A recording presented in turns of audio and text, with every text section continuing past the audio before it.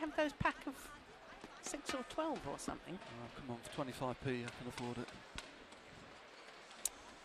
You're just extravagance personified, really, aren't you?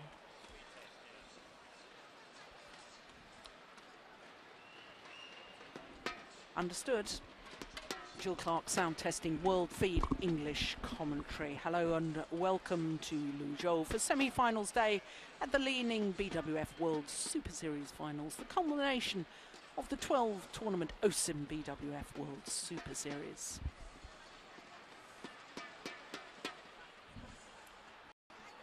Jill Clark, sound testing, world feed English commentary. The top 8 in each of the 5 disciplines qualified for these end-of-season championships, and for the last 3 days the players have battled it out in a group round-robin contest.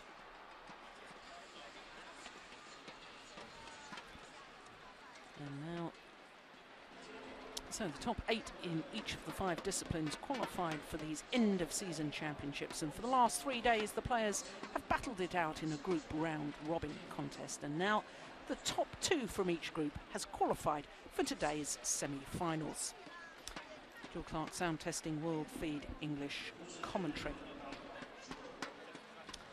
Ian, do you want to say a couple of things? Not particularly. What would you like me to say? Just hello to Astro in Malaysia. Hello Astro, hello Malaysia, hello home. Hello home, how are you? Here it's raining a lot. Okay, well I hope everybody's received this. We'll be starting probably in about 3 minutes now.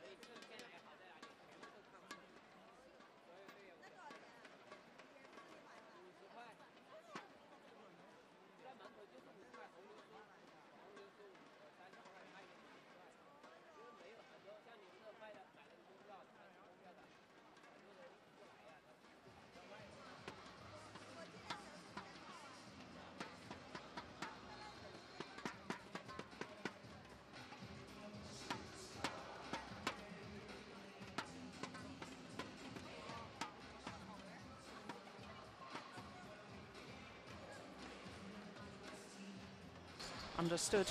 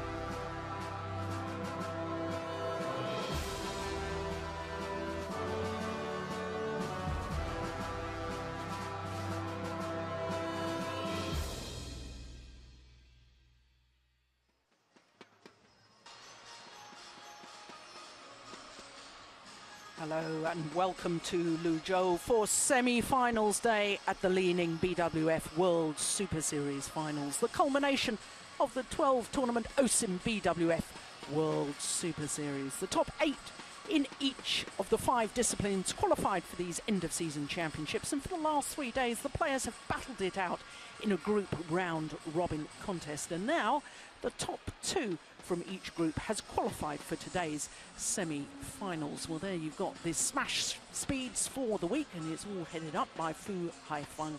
Well, no surprise there, he holds the world record, but he won't be contesting semi-finals because he and his partner, the world champions, did not qualify for semi-final stage. But let me tell you what we've got coming up for you in this afternoon's session. We're starting with women's singles and the current world champion Wang Yihan in an all-Chinese affair against the number 2 seed who ended up second of Group B, Guangxi. Then we'll have men's singles and Li Chongwei, the world number 1, against Chen Long of China.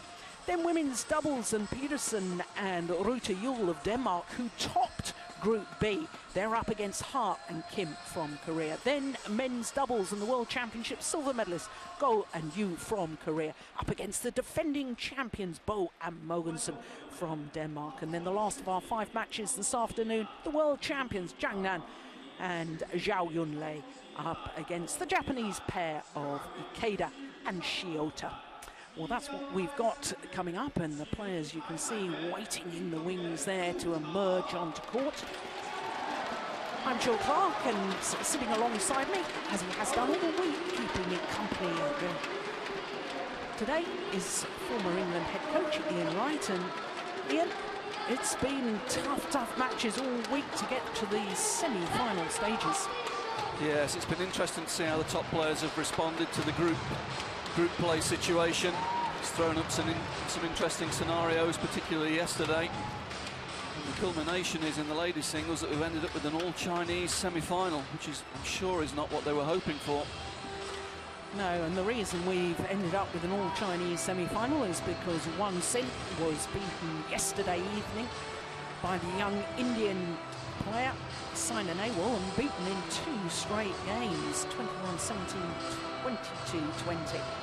Well, let me tell you that Wang Yihan has arrived at semi-final stage, and she hasn't been unscathed either, because her very first match she lost to Sung Ji-hyun of Korea in 3 games. Then bounced back, did Wang Yihan, beating Tina Baun of Denmark, and then yesterday defeated the German Juliana Schenk. So both of these players suffered 1 defeat within their group. Now, the left-hander, Guangxi, she's the older of the 2 players, 26 years of age, whereas the world champion, as she is, 23, from Shanghai, the world champion. And she finished the year on the Super Series ranking as number 1, as indeed she is on the world ranking. She competed in the Super Series Finals of 2010 and lost at this stage, semi-final stage, when she was the number 2 seed, lost out to Bae Young-ju of Korea. So there's a confirmation of her world status, number 1, and her win-loss record for the year, very healthy indeed, 49-7, and that translates into 8 finals, including 6 titles. So to the left-hander, the 26-year-old from Shenyang, the capital city in Liaoning province. Number 3 in the world ranking, win-loss record not quite as impressive as her opponent, but it does translate into 6 finals this year with 5 titles. Now, the last time these 2 met was in the final of the China Open, the last of the 12 Super Series events, and as you can see, Wang Yihan was 18-12 up when her opponent retired injured. Now, just before we get underway, Ian, I have to mention the fact, as we look at Zhang Ning, 2-time Olympic champion, women's singles coach, the fact that today, as the umpire announces the match to begin, there's our service judge from Austria, umpire from China, left-handed Guangxi, far side of the court, getting this semi-final underway. Ian, we've got to mention the fact that early stages of this competition, and Guangxi had that strapping on her right thigh. Yesterday, against Sina Nawal, there was no sign of it at all, but the strapping is back again today, and that's worrying. It is. Apparently that's the injury that forced the pull-out in the final in Shanghai a couple of weeks ago. Not a good sign to see that she's had to have it restrapped today. But I also noticed the top of the right leg of Wang Yihan is strapped as well underneath the shorts. We'll see it when she lunges. Yeah, that's been the case all week, though. I've noticed that previously. I have to say, though, I thought in the China final, Guangxi was, when she called the doctor, was talking about her knee, not her thigh. Well, the post-match, it was thigh. It certainly looked that way when the doctor came onto court, but the press afterwards was saying it was a hamstring strain.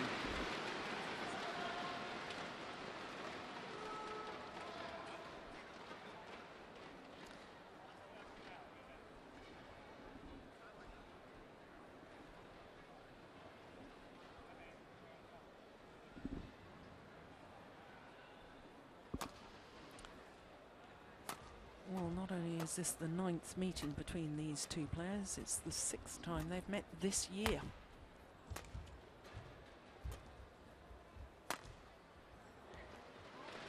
Yeah, as we've seen all week, there's quite a drift in this hall from left to right. And that was a good example of it early on in this match.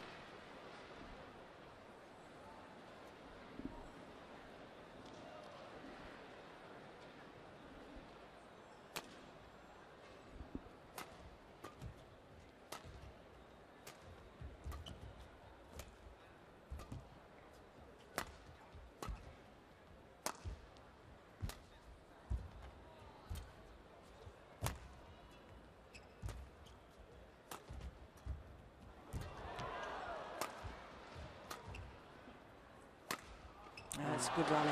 Punishing rally. Maybe Guangxi's learnt a little bit from yesterday. Yesterday she seemed to force the play a little bit against Sina.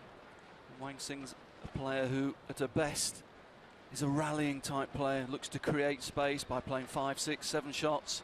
Plays with a good deal of patience and creates the space for the smashes, as she did there.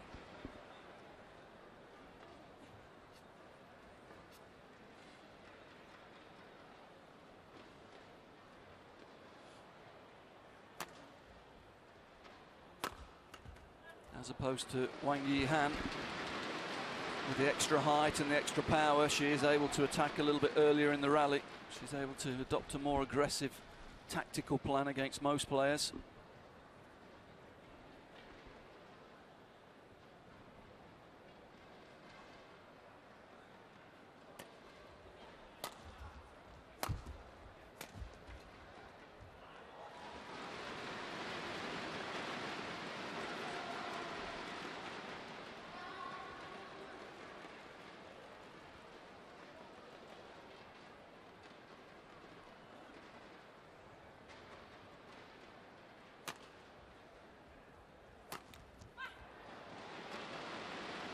Well, it hasn't been the best of starts by the current world champion, has it? And rather too many unforced errors. Yes, and we've seen it several times this week, haven't we? She's had some very nervous starts to matches. She doesn't actually look in very confident form, you'd have to say. She struggled a little bit in each of her 3 matches early on.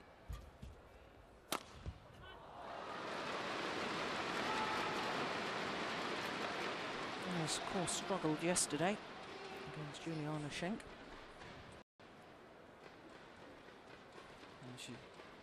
In all 3 of the matches, I think she's been down at the first mid-game interval.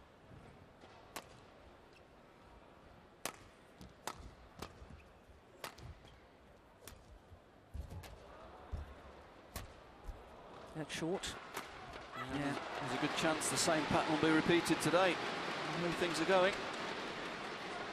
What is the reason why a player would be a slow starter? Is it that mentally they don't prepare themselves well enough, or physically, or? Well, it can be either of the two, or it can be a combination of the two. Wang Yihan traditionally just a little bit nervy to start at the start of matches. Doesn't quite get the balance right between attacking play and rallying situations to work her way into the game. What we've seen this week is she started the first match quite passively, really, and then in the second match she overcompensated and tried to attack too much early on. She's never really got the balance right during the group stages of this competition.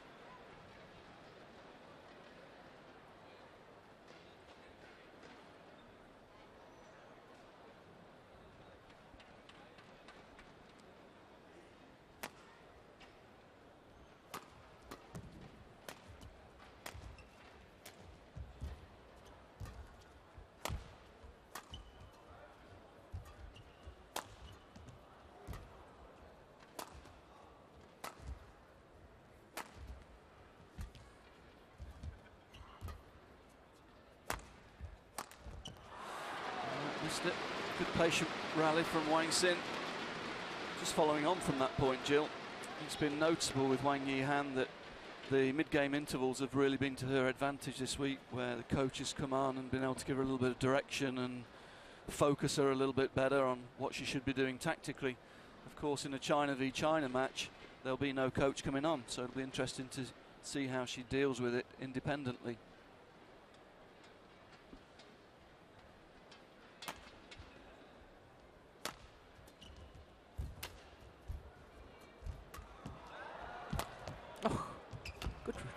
Goodness me.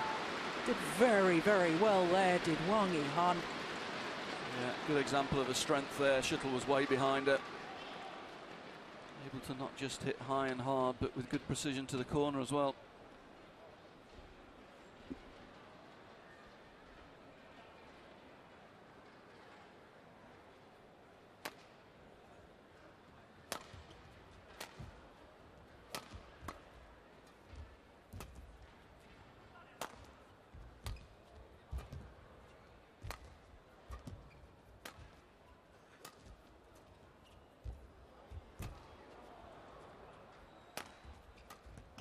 Oh, yes, well taken. That's a good rally from Guangxi. Guangxi working Wang Yihan around the rear court. The problem for her is if she does just miss the trajectory, go a little bit too flat or a little bit too short, there's an instant penalty. Wang Yihan's very quick to intercept the shuttle. Yeah, tall athlete too. 178, that's 5'10". Whereas Guangxi, 166, so definite height advantage for the world champion.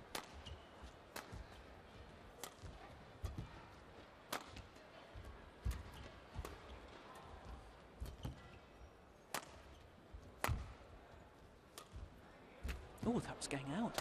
Yeah. Again, Guangxi using good width and good variety. Regular changes of direction, using the full width of the court, both at the front and in the rear court. Keeping Wang Yihan on the move the whole time, not giving her time to get organised and use the big attacking shots that she likes to use.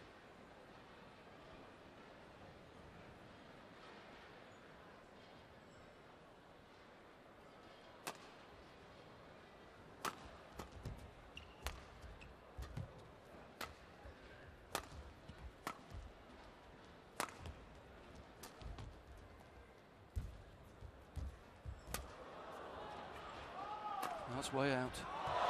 Oh, great defence. Great defence, but Guangxi, that was probably going more than half a metre out of the court.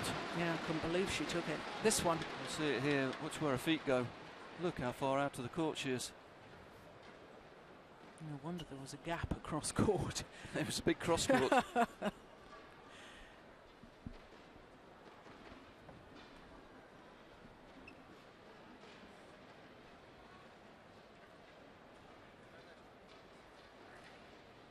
Of course, the conditions have changed here slightly today because we're down to one court and they have moved the courts into the centre of the stadium.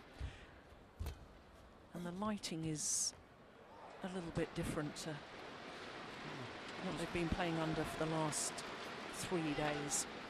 Must have been close. Guangxi left it, but then it was a very anxious look at the line judge to make sure he was going to call it her way. Yeah, just out. So as you predicted, Li-Ning down at the mid-game interval.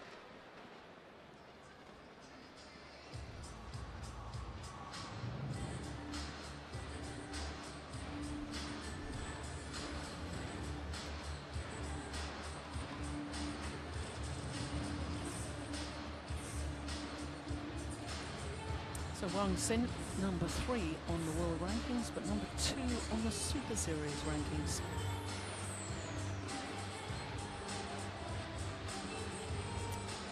An interesting mid-court interval. Which player can come off the quickest? Start the second half. Certainly I've had the feeling this week Wang Yihan has been a little bit dependent on the coaches. She's not really been able to find her own way early on in matches. It'll be interesting to see what solution she comes up with here.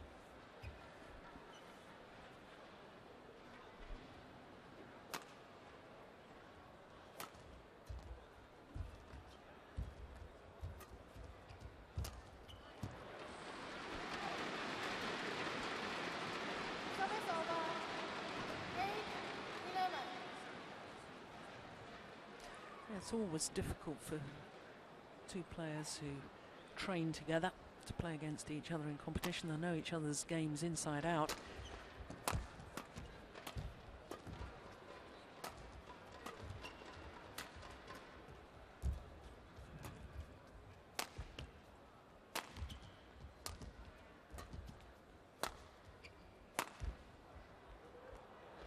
It's wide.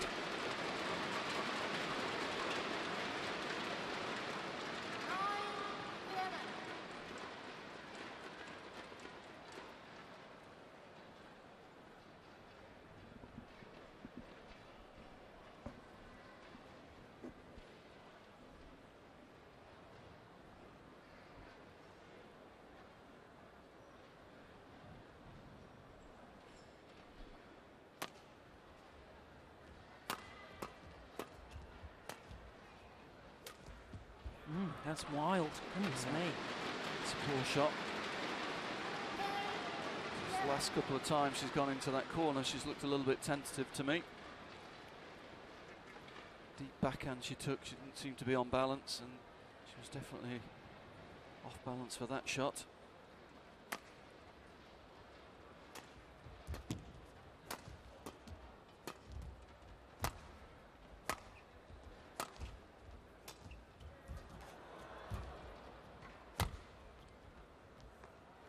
Always landed in. Well, physicality of Li-Ning in that deep forehand corner. And the Danes there will be competing in the women's doubles, the third match on court. Ning, singles coach, just behind them.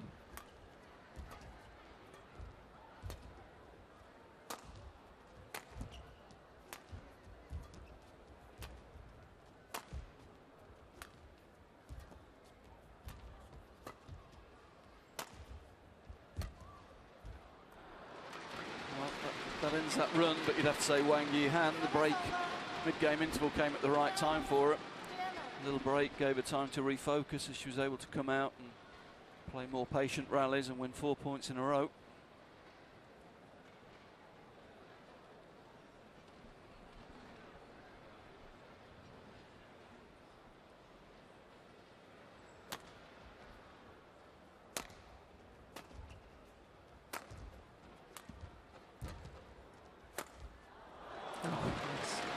Good width, good width. Short down to the forehand corner of Wang Yihan, and then whipping the next shot across the court to the backhand side. Using the full width of the court. There we see it. It's close to the right-hand side of the court. Cut down to the left-hand side of the court.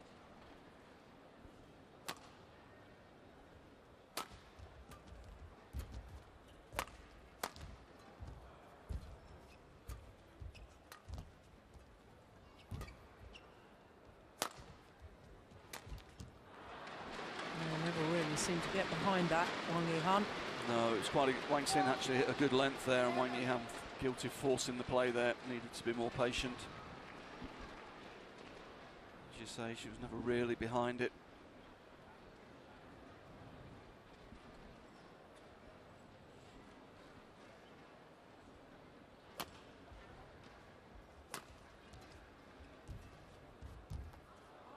That's drifted wide as well. Having caught back up after the mid-game interval when she was 4 points adrift. Now immediately her opponent wins 4 points, restores that 4-point advantage.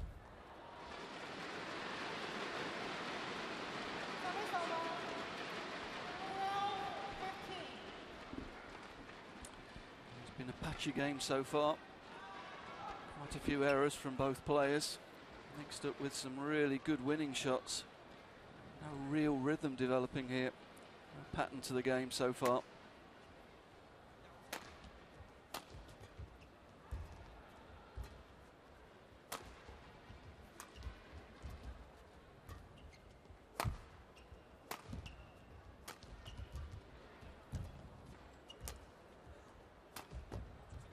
That's wide.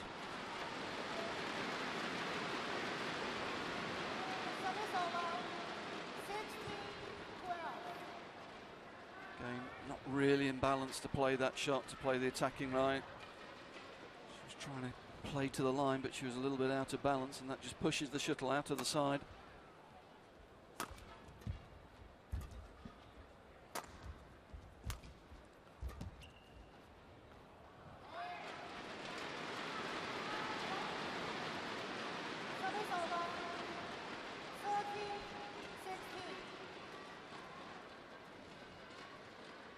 Looks to me as if she's able to play with more freedom mentally today.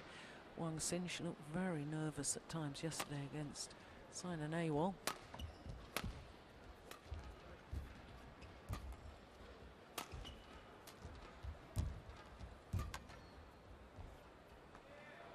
Good judgment. Yes, and one of the key indicators of that was really she played very poorly around the net, didn't she?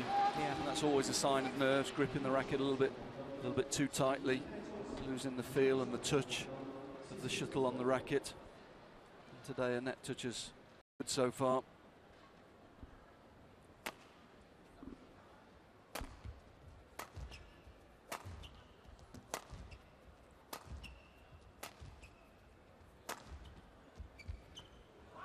Well, again, it's an error rather than a winning shot that decides the point, and that's been the pattern of this game so far.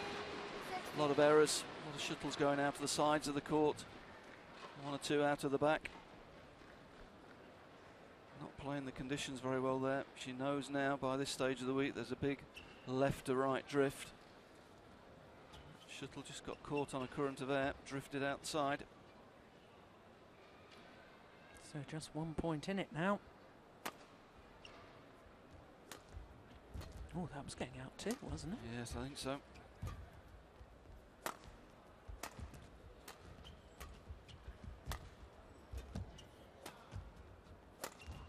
Missed it.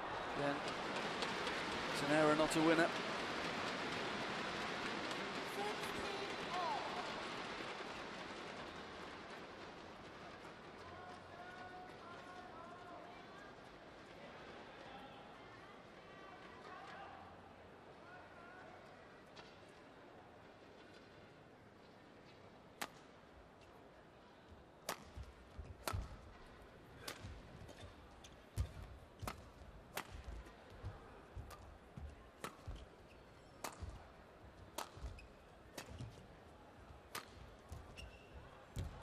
Oh, good retrieving.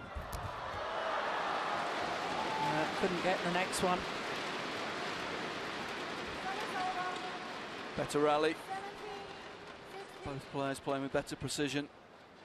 Again, it's classic Wang Xin play. Lots of cross-court shots. Trying to use the width of the court as much as the depth of the court.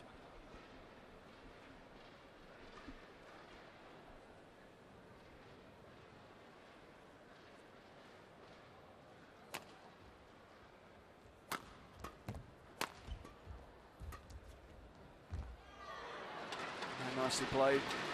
More aggressive approach from Wang Yihan. Two attacking smashes, following in, flicking into the rear court. Nice play. Straighter play from Wang Yihan. She likes to play straight and follow in straight, whereas Wang Xin's always looking to change the direction. Hit lots of cross-court shots. Here we go again. Using width. And again.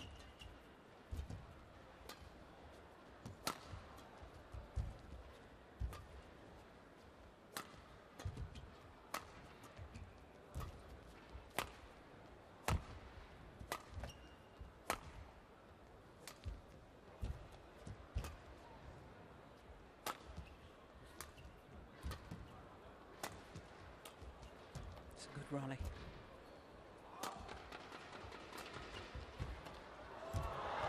Oh my word! Brilliant! How on earth Wang Yihan gets this one back? Cross-court net shot, finds the net cord, and then the simple kill. That was great scrambling.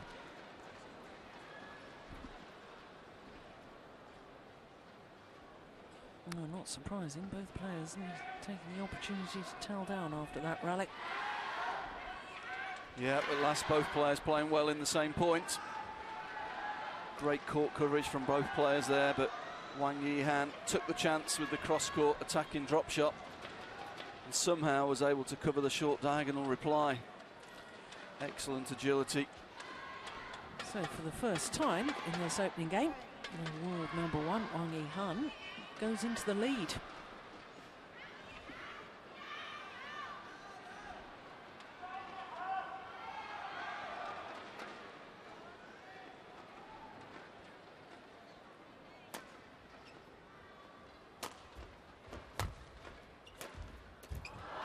And again, it's that width play again. Deep to the forehand rear court and a quick change of direction to the short backhand side.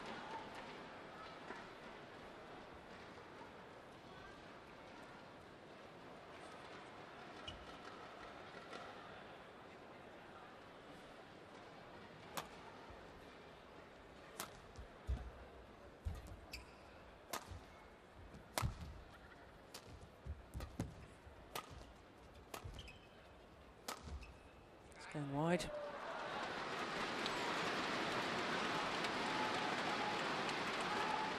And again, the error coming from that deep round the head corner from Wang Xin, off balance. Just looks a little bit wary to me of landing on that right leg.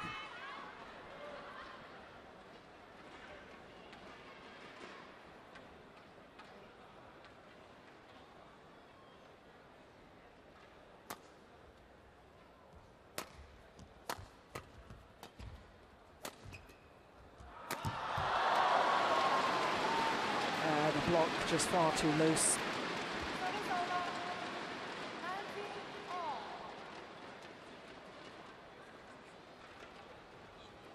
All level once again. 19 all.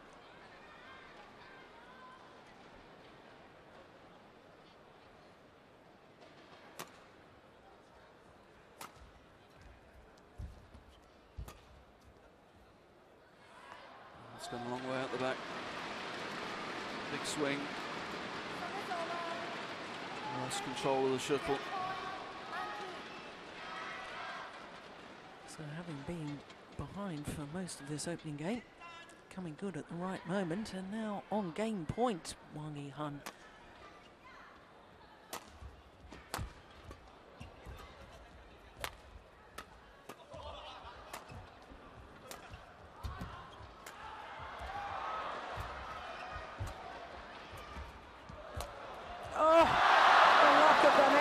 She was in all sorts of trouble. She'd been pushed deep into her forehand corner. Desperate to get out of trouble, drove the shuttle. It hit the top of the tape before just crawling over. Cruel for Wang Xin. Look at that. What can you do? A little smile for Wang Yihan. She knows how fortunate she was to win that last point, but she has indeed won the opening game, 21-19 in 24 minutes of play.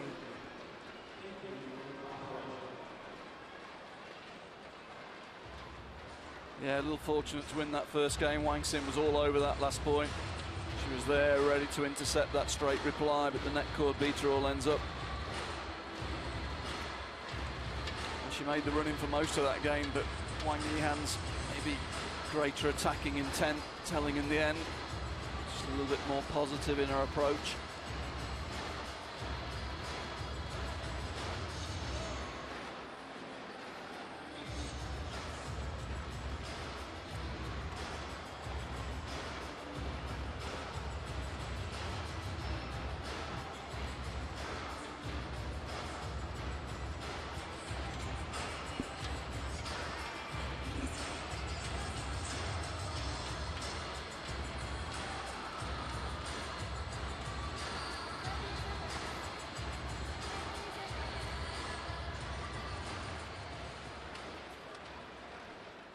Well, I wonder how much that opening game has hurt Wang Xin psychologically, because having been in the lead for so long, still not being able to convert, and the manner in which she lost that last point, which, as you say, Ian, seemed to be in command. She'd got her opponent in all sorts of trouble, and then cruel misfortune for Wang Xin.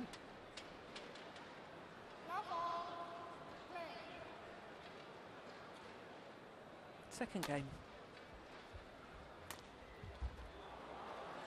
Well, that's an incredible shot. She was half leaving it, didn't know what to do. Just, what shall I do? Well, I'll just cut it down to the line and win the point. Excellent control.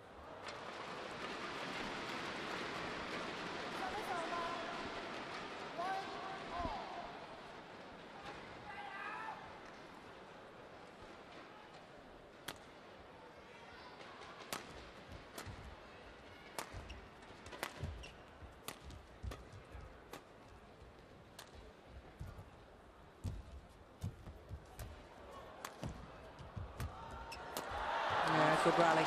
Yeah, good rally, good play. Wang Yihan late, both in the front court and the rear court, setting up the easy opportunity to win the point. Good positive play, takes the shuttle early. It's behind Wang Yihan, she's able to follow in.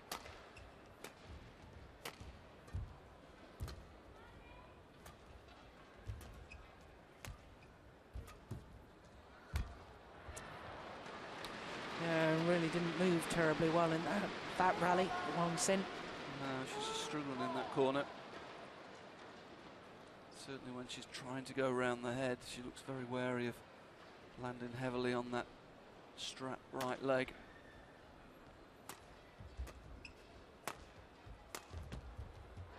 That's a good shot. Gets her own back for one earlier from Wang Xin. Wang Xin just committing the error, going just a little bit too flat. Wang Yihan using her height, reaching up, bringing the shuttle down really steeply across the court.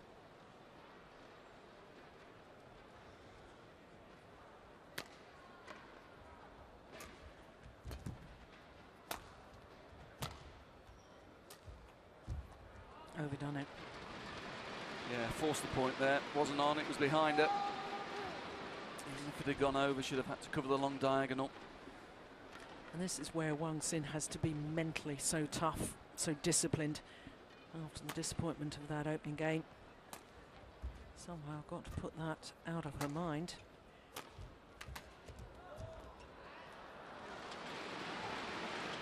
Persisting with this cross-court tactic of trying to use the width of the court and try and stretch Wang Yihan laterally.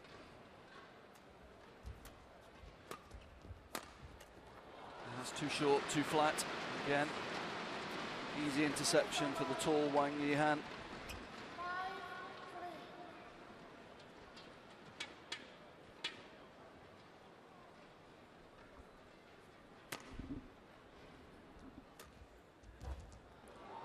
Oof, Goodness me, that must have been close. I think she was trying to hit it. I think it was out, but I'm not sure she actually judged that. She just couldn't reach it in the end.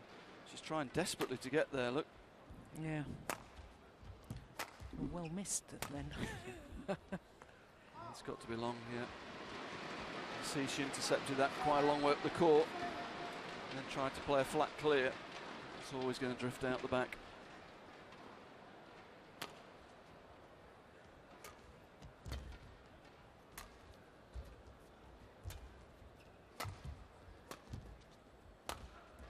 That's good, clear. Oh, missed it. Yeah, didn't allow for the left to right drift.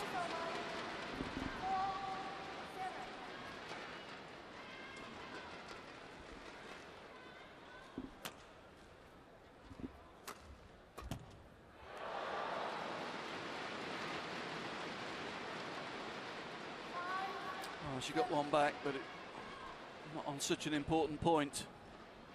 The one she suffered, of course, was on the game point for the first game.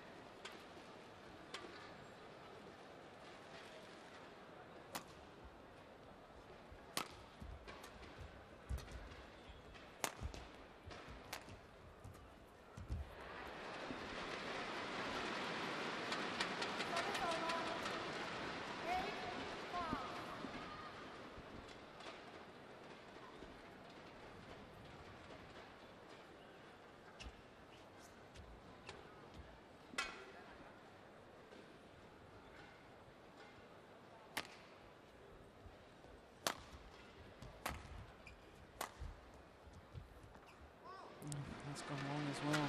Yeah, again, we're going to see it again, but she's intercepted that shuttle a good metre and a half, 2 metres up the court.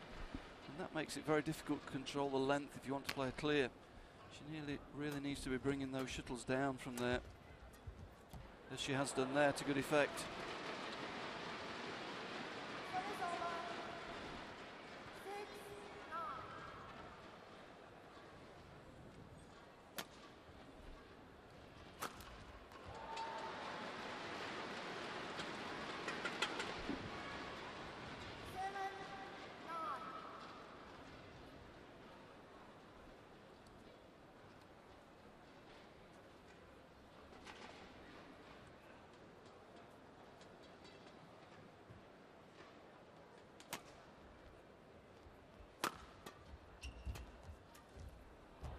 That's a good shot. That's lovely. This time it's Wang Yihan that goes a little bit too short, a little bit too flat. Easy interception for Wang Xin.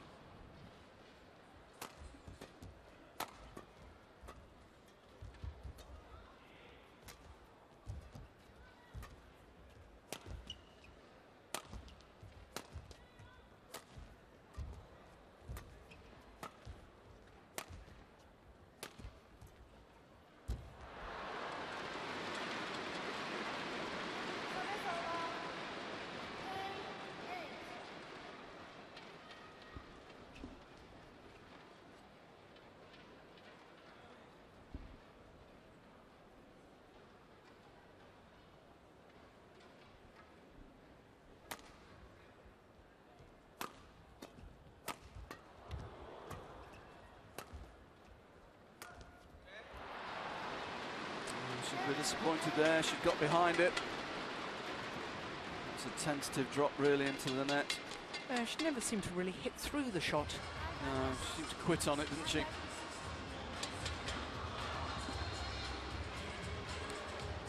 Li-Ning, the only singles player to win 3 Premier Super Series events. First year, of course, 2011, the Premier Super Series. And she won in Korea, Indonesia and China.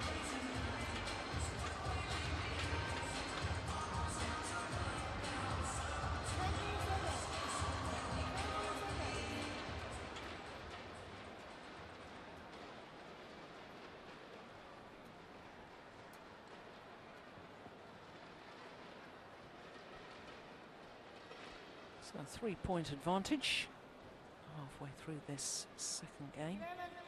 Having already taken the first, Wang Yihan.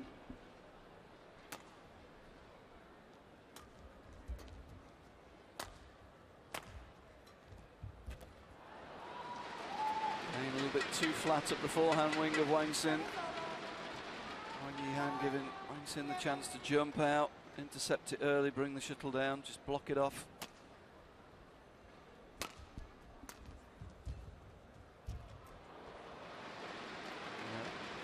Seemed to stop running towards that. Do you think that was the injury problem? Not sure.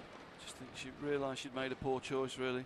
She was off balance, and she's wanted to hit a lot of cross shots in this match so far, but I think Wang Yihan's starting to read that now.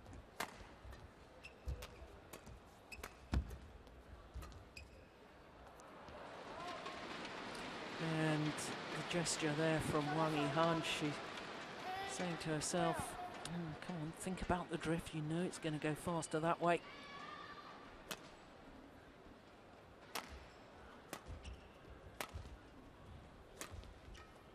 Brilliant. What a super shot. Yeah, better tactic, I think, as well, mixing it up a little bit, using some straighter drops. She's not used that very often in this match. Tended to force and go cross. Nice variety there.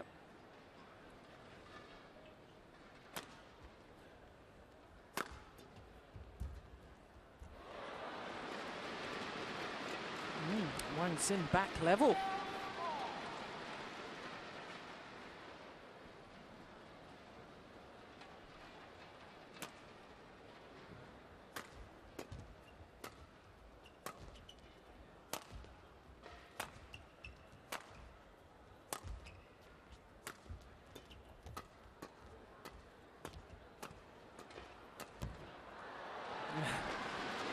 Got there in the end, a little bit tentative, you'd have to say. Having said that, she ensured she didn't make the mistake, was patient, kept the shuttle going down, kept the pressure on her opponent, and eventually won the point.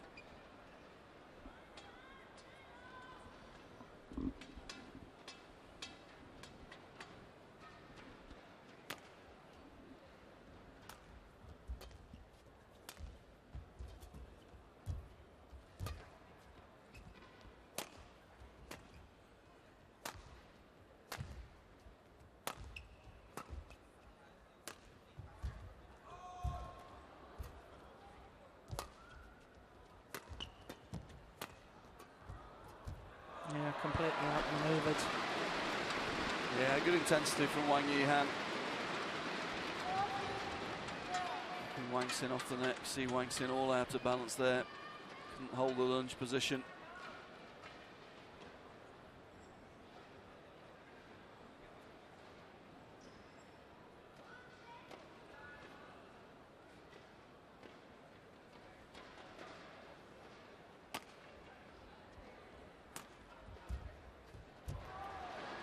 Oh, read it and then missed it. Again, Guangxi playing the cross drop. It's becoming a little bit predictable, that tactic, you'd have to say.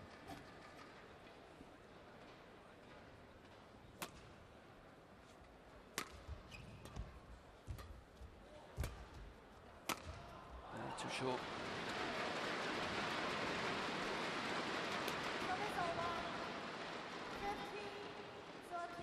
Pressure, defensive backhand, not able to generate enough power to get it to the back of the court. Easy finish for Wang Yihan.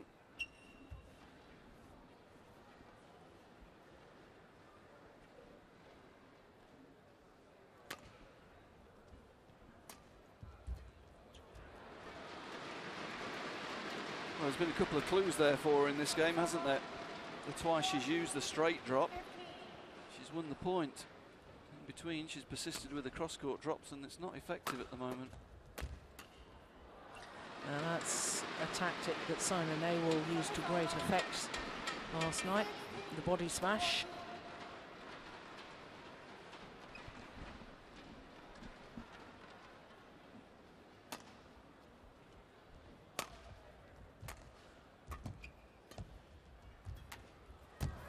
Yeah. A super backhand from Wang Yihan and followed forward immediately.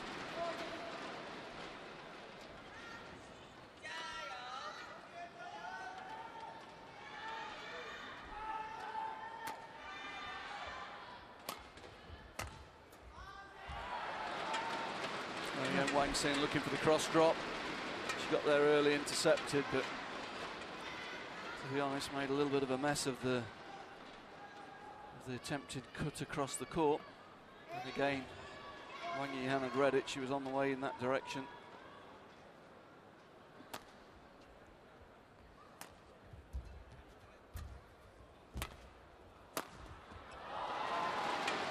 It's better. Yeah, because the last 4 points or so, she looked to me as if she was physically very tired, didn't seem to be moving particularly well. Giving up on a couple of rallies. It was much more positive.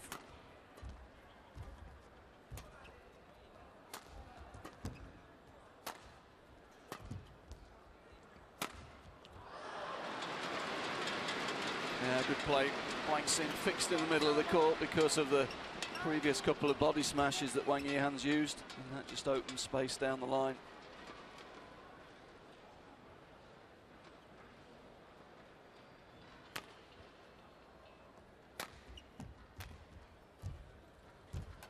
Oh, my goodness.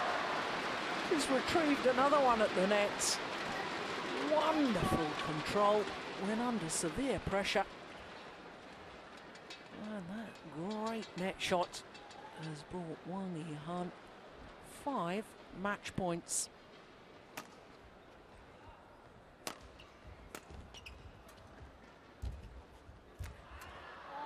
This one well saved.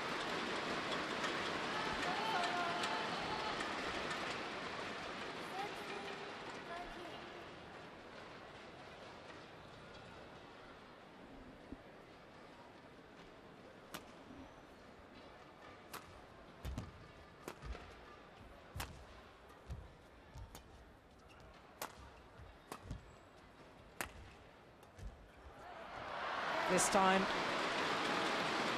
and a good performance after a fairly slow start from Wang Yihan, just proving why she is the world champion and the world #1.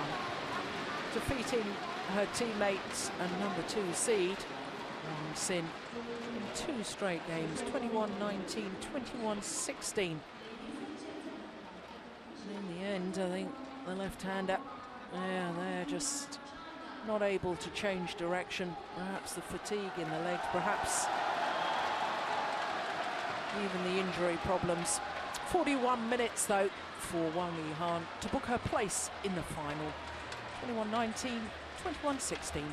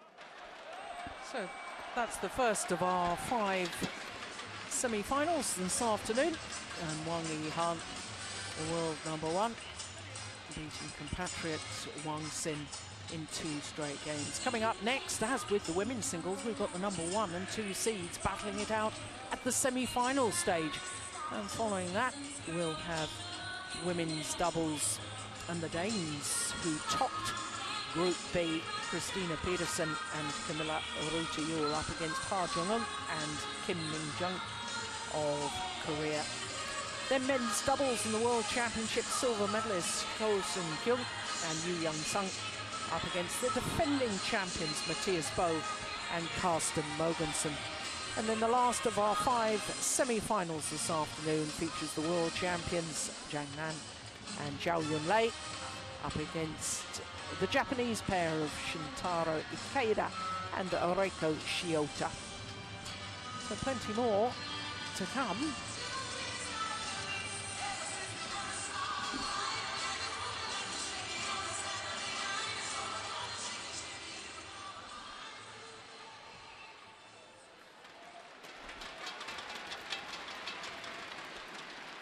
So the next match on court, intriguing contest between the world #1, Li Chongwei of Malaysia, and the #2 seed, Chen Long of China.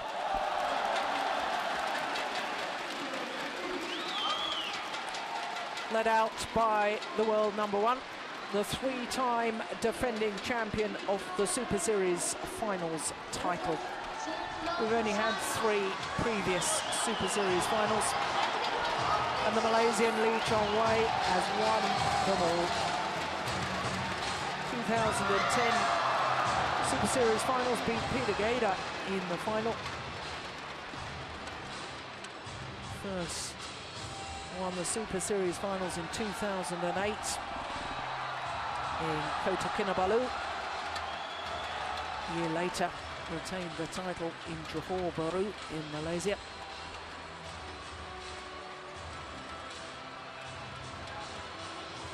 Oh, Chen Long absolutely towering over Li Chongwei, much taller athlete. I have him down as 189, but I think he may have grown since we got those statistics.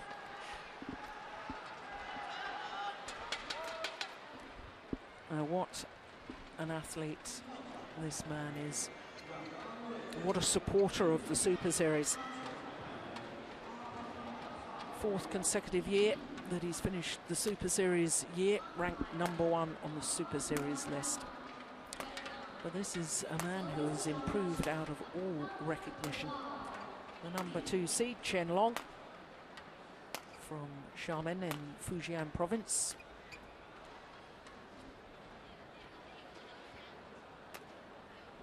And of course, Chen Long, 2nd in Group B, #3 on the world rankings. He has been #2 on the world ranking this year, but his win-loss record translates into 5 finals, won 4 titles, including 3 Super Series titles. In fact, his 3 Super Series titles were back-to-back. China Masters, Japan and Denmark. And as for this man, 62-6, his win-loss record, the 29-year-old from Penang. That really is extraordinary. 11 finals from 13 tournaments played, trying to make it through to his 12th final of the year. 7 titles so far. Okay, time, get ready. He won Group A, having won all of his matches against Sho Sasaki, Simon Santoso, and yesterday against Peter Gader. Well, this, the 9th meeting between these 2 players. Last time they met was the semi-final of the French Super Series event. It went the full distance. It was 3 games. Li Chongwei winning the first 23-21, then dropped the second 17-21, 21-15 in the decider. But of course, those of you who follow the Super Series will remember that Chen Long beat Li Chongwei in the final of both Japan and Denmark Super Series events. Ladies and gentlemen, on my left, Li Chongwei, Malaysia.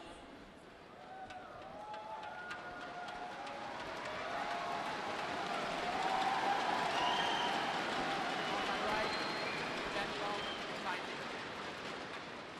Li Chongwei serve, level, right.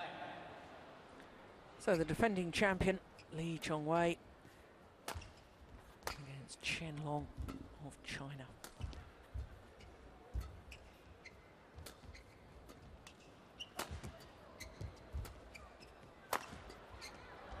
Pushed it wide. And of course, Chen Long, despite being the #2 seed, lost his opening match in the group to his compatriot, the reigning world and Olympic champion Lin Dan, in 3 games. Then had 3 games against Kenichi Tago of Japan.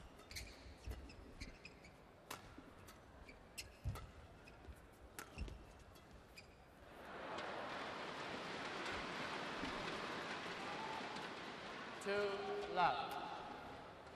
They're the Chinese coaches, Charles Ranzer on the left as we look at them.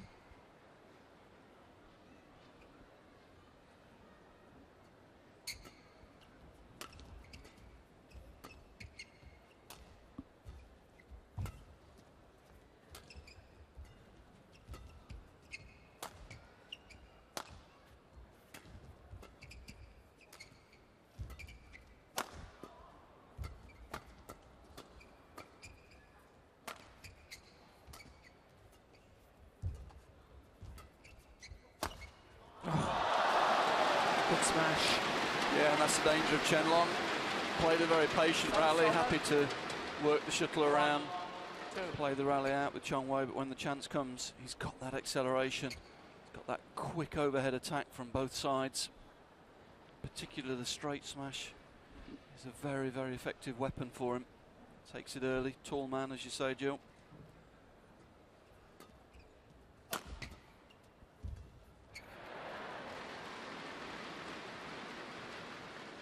Service over. Oh, that 3, strapping on the left knee is a permanent feature nowadays with Li Chongwei.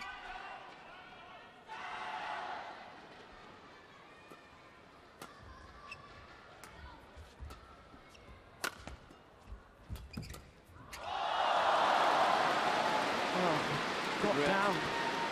Very well. Really good reactions, and that's where he's improved so much the last 6 months. His defensive play is much sharper than it used to be. He used to have real problems around his body and also short to the side. He's improved his movement and his reactions.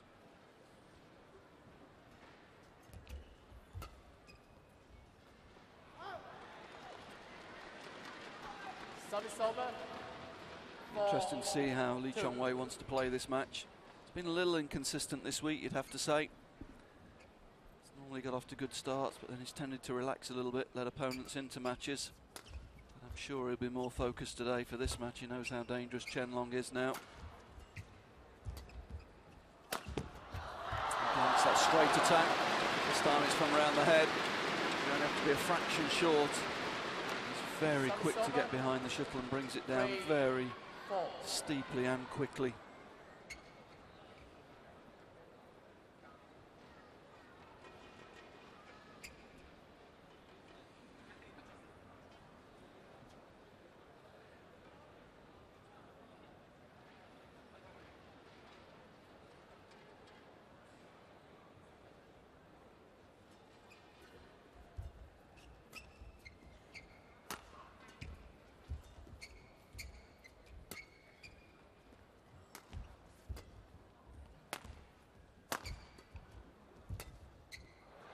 That's well wide.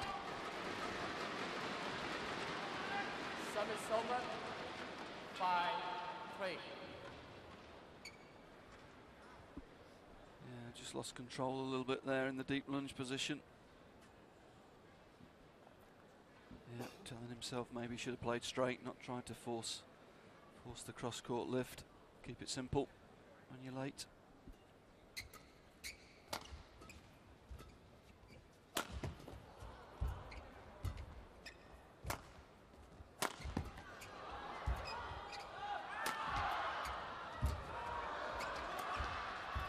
Brilliant.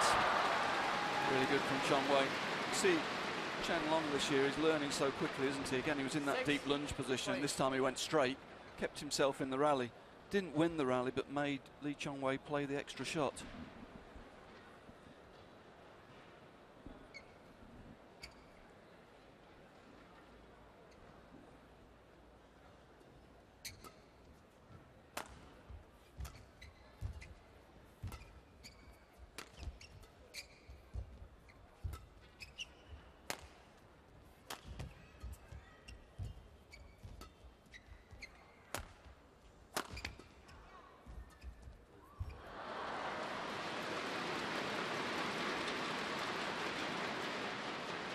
Service over.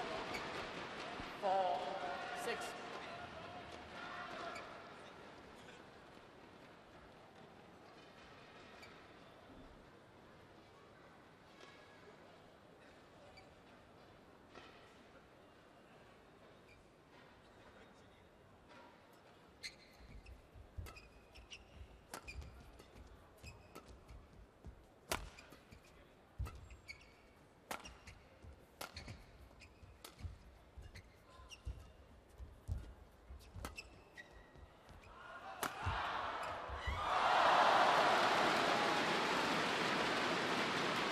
Well, who was there was Liuzhou. Yeah, a little tentative, that shot, wasn't it? I think he was a little undecided as to whether to play the straight block or the cross block.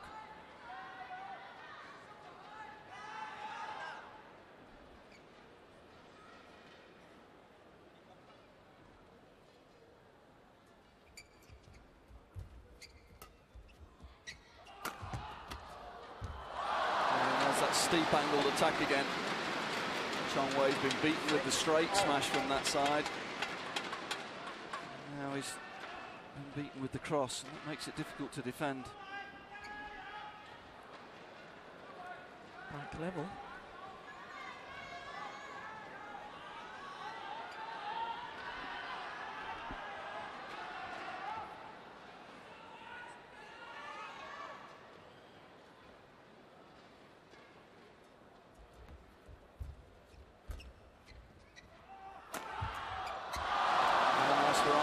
Straight this time, good angle, keeping the pressure on Chong Wei's defense. Look how steep he gets it, see how low Li Chong Wei's having to take that. It's the angle that defeats him there.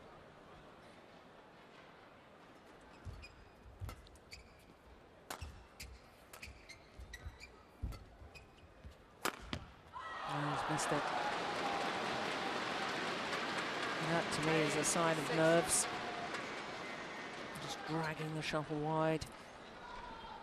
Yeah, we've seen it a few times this week. He built up a nice 3-point lead, was in a good rhythm. And that's 5 quick points, really.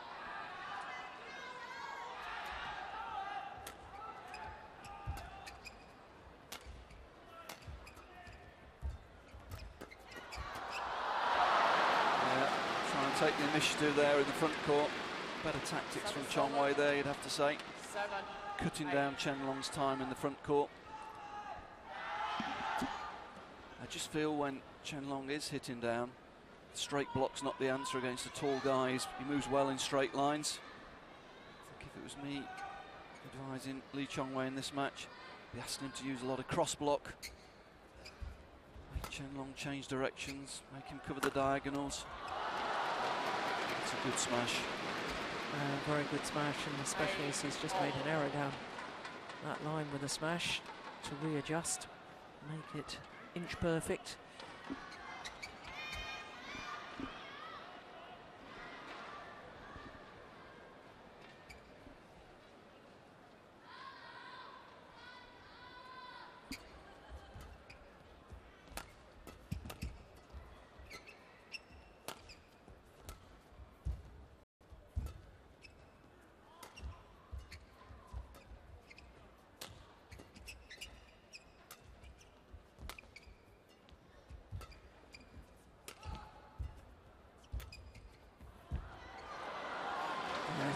Beautiful shot. That's really good. Got in, took it early. Great speed to get in and take the shuttle early at the net. Just held it a fraction. Flicked it in cross behind his tall opponent. Difficult for him to change directions. Good play.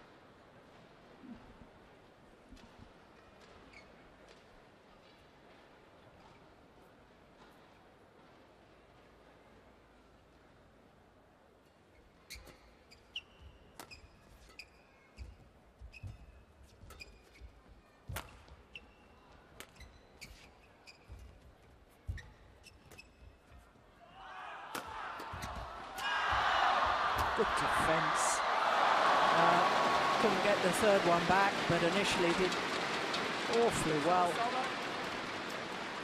It was good defence, but it was better attack in the end. See how steep it is. Both sides, how low Chong Wei's having to take it. That means the shuttle's got to come up, and it gives Chen Long time to get in behind it. Gain, if at all possible. Chong Wei needs to be looking to defend cross there, just to relieve the pressure and not let his opponent follow the shuttle in straight.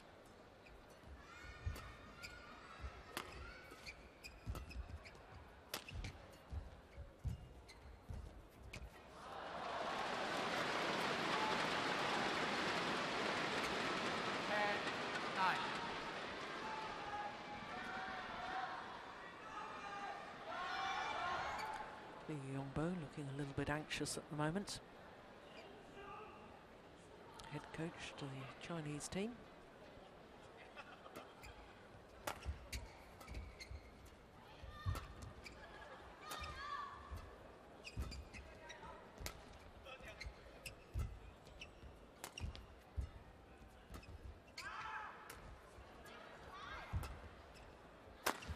Oh, great body smash. Yeah, great change of pace, wasn't it? Played the rally conservatively and then just changed the pace up. A quick, sudden change of pace, gets up early. Body smash. We've seen him use that against Chen Long to good effect before, haven't we, this year?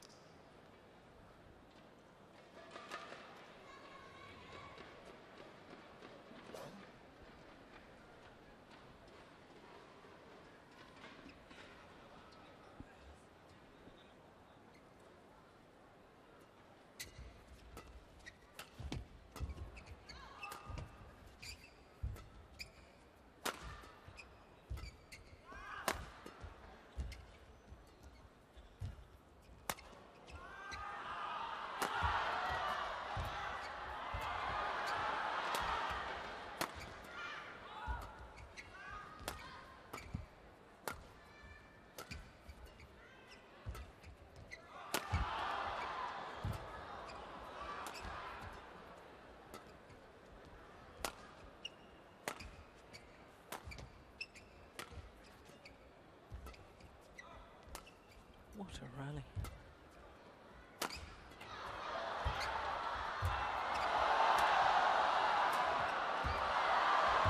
Unbelievable.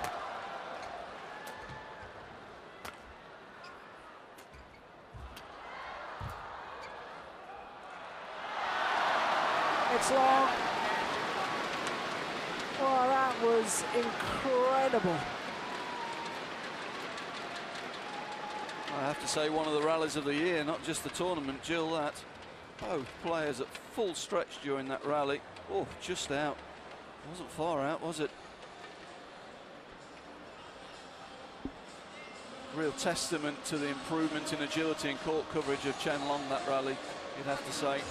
Yeah. 好，这个你打到中路圆碗的不要急，看他动作做出来，按弄你，完不跟腿。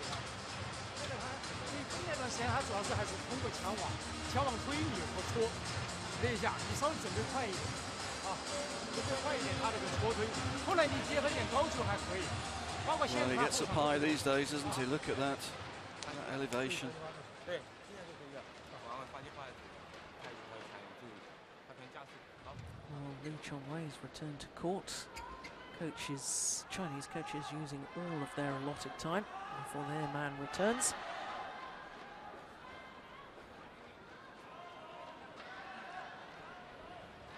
I feel Li Chongwei needs to concentrate on change of direction and change of pace, not get caught in one-pace rallies.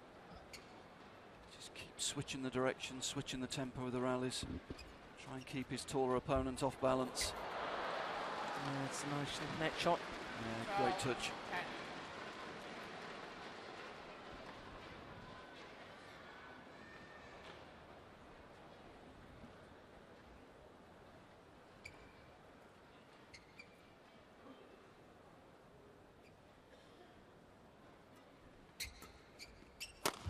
Oh, phenomenal. That is a change of pace, isn't it? Yeah. Exactly as you suggested. Yeah, Chen Long thought he was just playing a safe shot to go into the rally. Chongwei's so quick to get behind the shuttle. Not giving Chen Long time to get into his defensive position.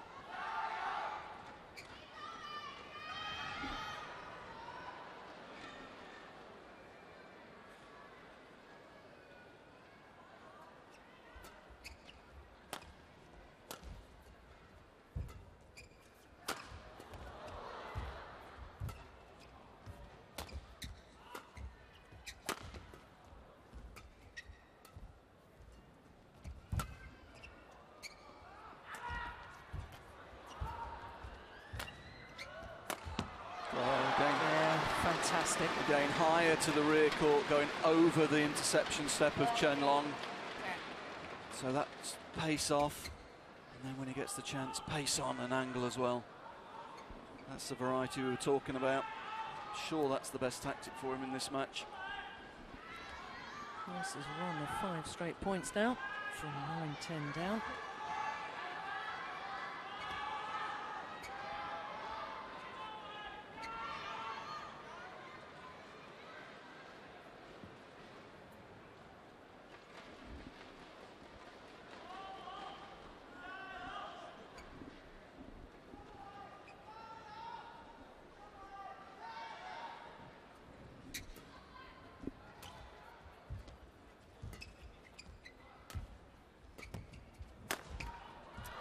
As soon as he is a little bit short, there's an instant penalty in that steep, fast attack from Chen Long.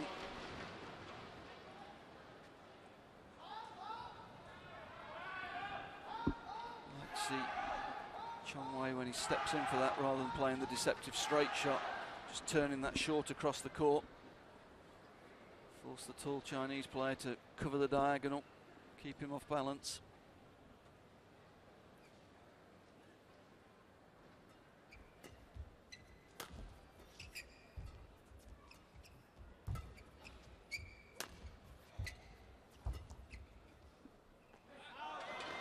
Long way out the back.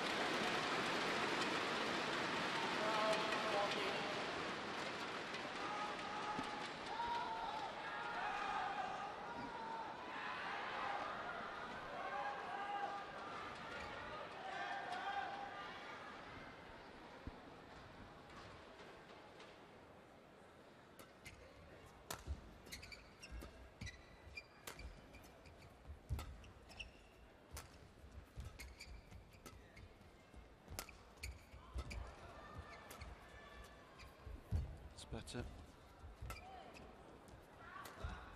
Oh, opportunity missed. Yeah, missed it. That was quite short. Took that early.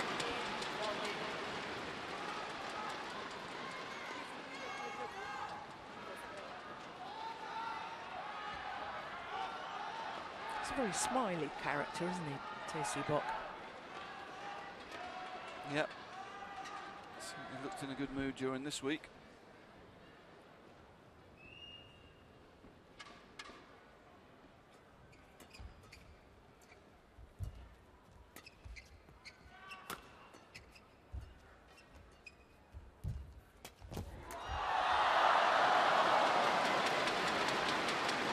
Good awareness from Chen Long.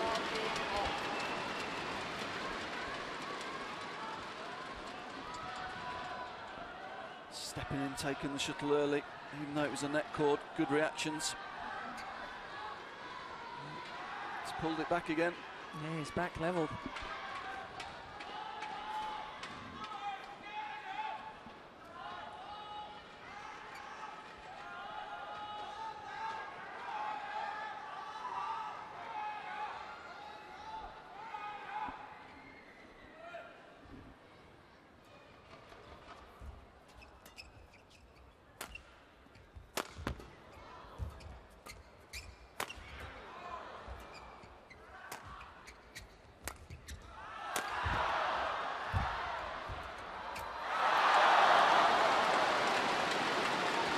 Indeed, into the lead.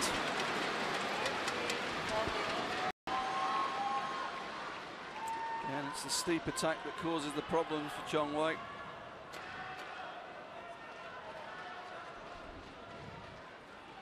The shuttle's that steep. If he plays straight, it gives Chen Long a lot of time to get in and take the shuttle early.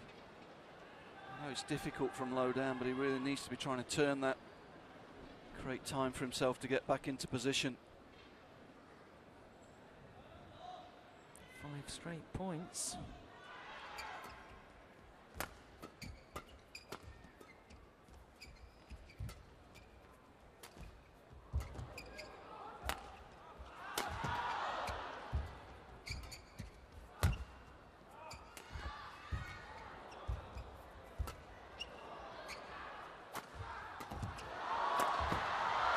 Yeah, well worked rally by Lee Chong Wei.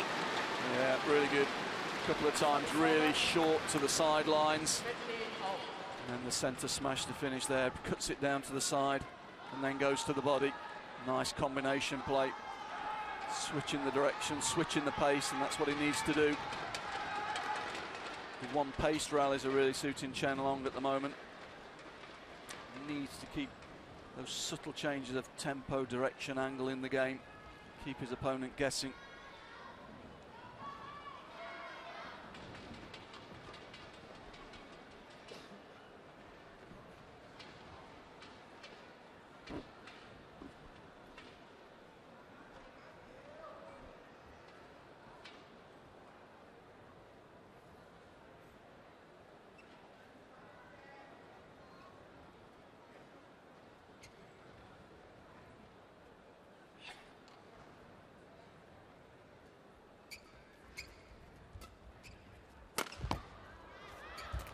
Oh, my goodness.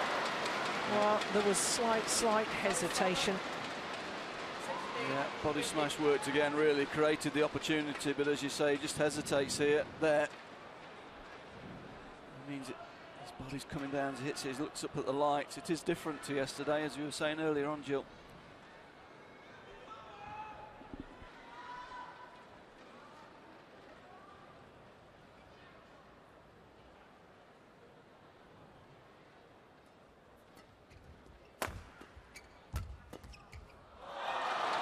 Pressure again. Chong Wei plays straight in defence. Chen Long's able to get early on it. Same pattern. Chong Wei needs to break that. Needs to turn that shuttle. Not let his opponent follow in straight lines.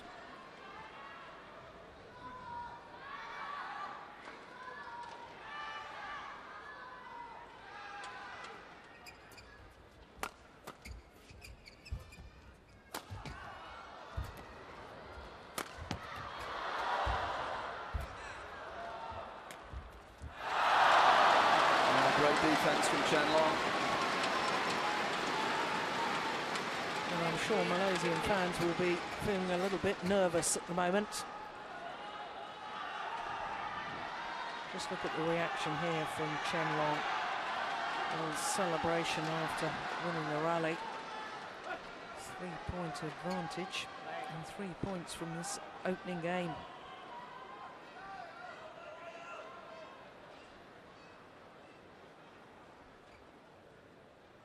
Not smiling now.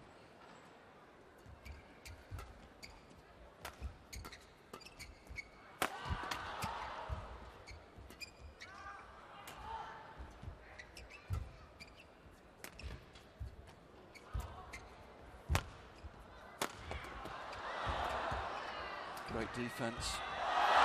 And great angle from the rear court. He's on a roll now. He's dictating the tempo and the direction of these points at the moment. Li Chong Wei just responding.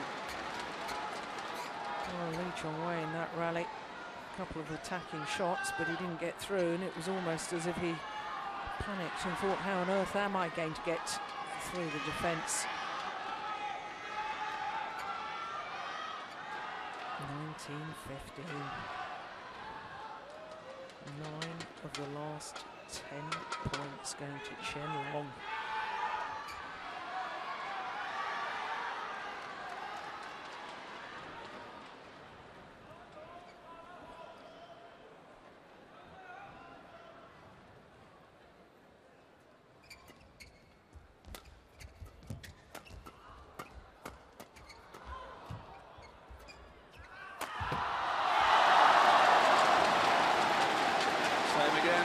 Extraordinary.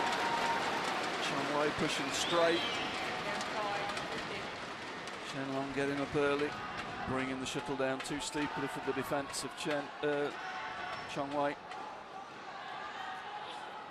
Having been 10-14 down, now on the verge of taking this opening game. 5 game points.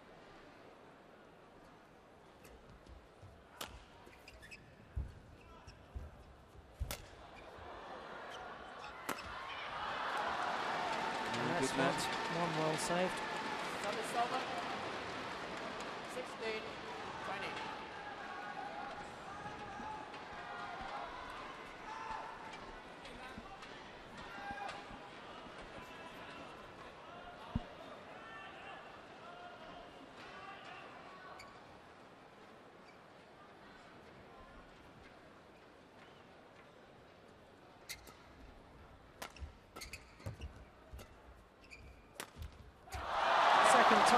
of asking, and Chen Long converts. And head coach Li Yongbo approves of that, and so he should.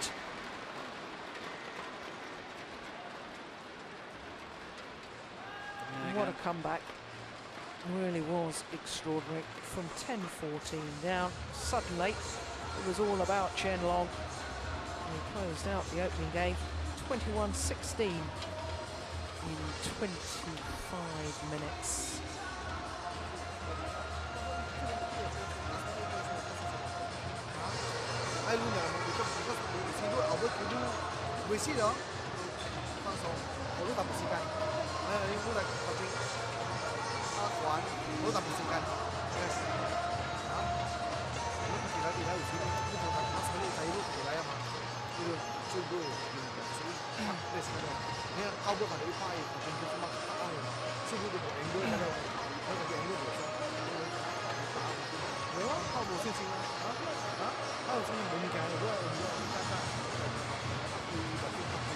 Well, Chongwei listening intently here,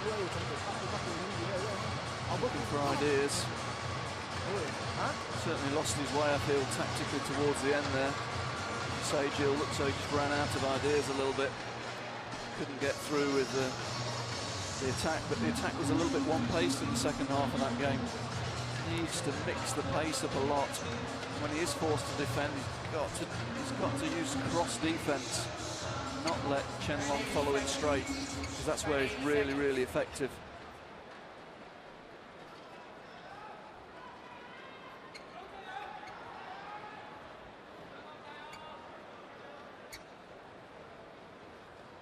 When you're playing tall players, they tend to be very good in straight lines. You've got to break that up. You've got to make them twist and turn. You've got to change the direction and change the pace. Try and keep them off balance.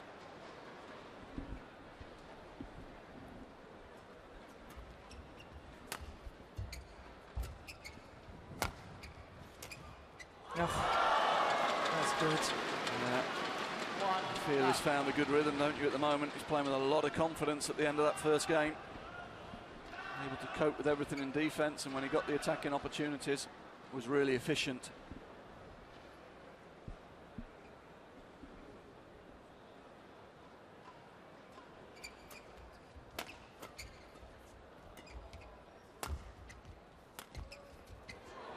That's better. Steep cross angle there. 1-0.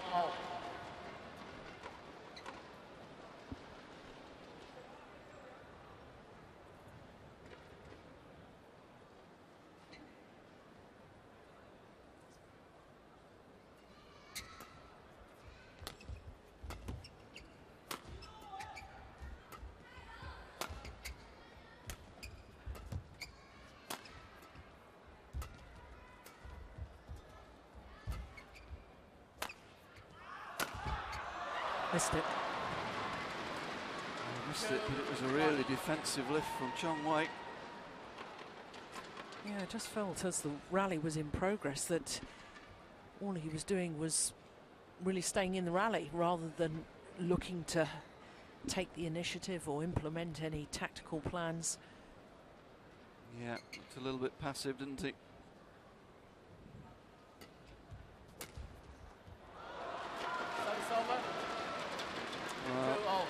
Again, against a tall guy, flick serve, not sure about that.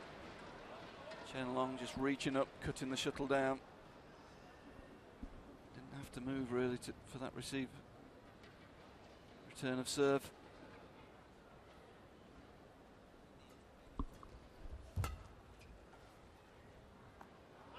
Long. Still a little bit quicker playing towards the camera. We've seen it all week. Big side drift from left to right as we look at the court, but also a little bit quicker playing towards camera.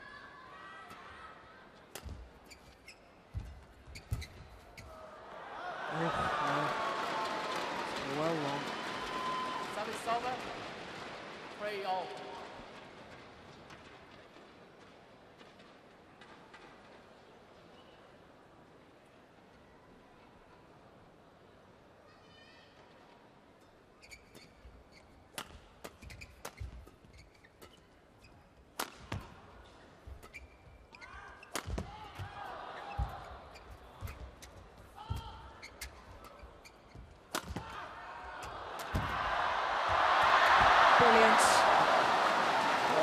fantastic defence, but at the same time, desperate defence, you'd have to say. Look at this. He doesn't know whether he's got that over or not. Fantastic reactions to get the second one. But again, he was in real trouble and under pressure. Look at this. He doesn't know where that's gone.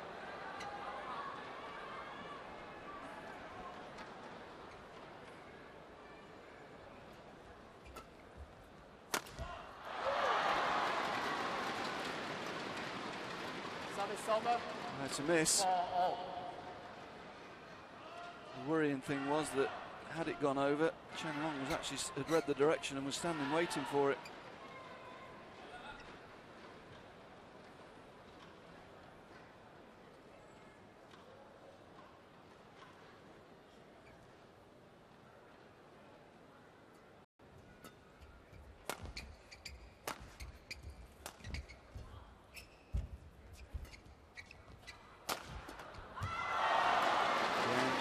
Straight, penetrating smashes.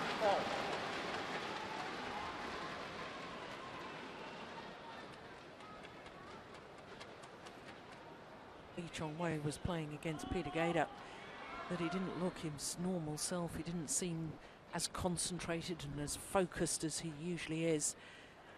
I have to say, he once again doesn't quite look himself today. No, he's allowing his opponent to really dictate the style of this game at the moment. That means it's going to be very difficult to win. He really needs to come up with a strategy and stick to it. Try and take the initiative early in the rallies. Try and make his opponent late off third and fourth shot. That's a better rally. 6-5.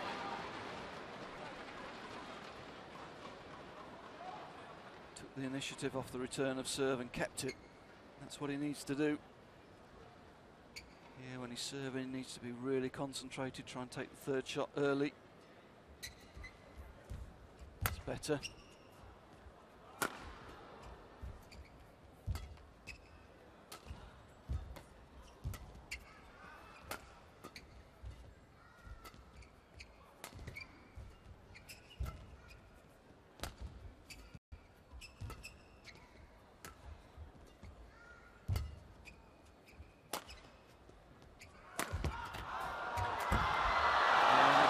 Clear's not the answer. Giving Chen Long time in the rear court, good as Li Chongwei's defence is today. Chen Long's attack's better, I'm afraid. It's too passive.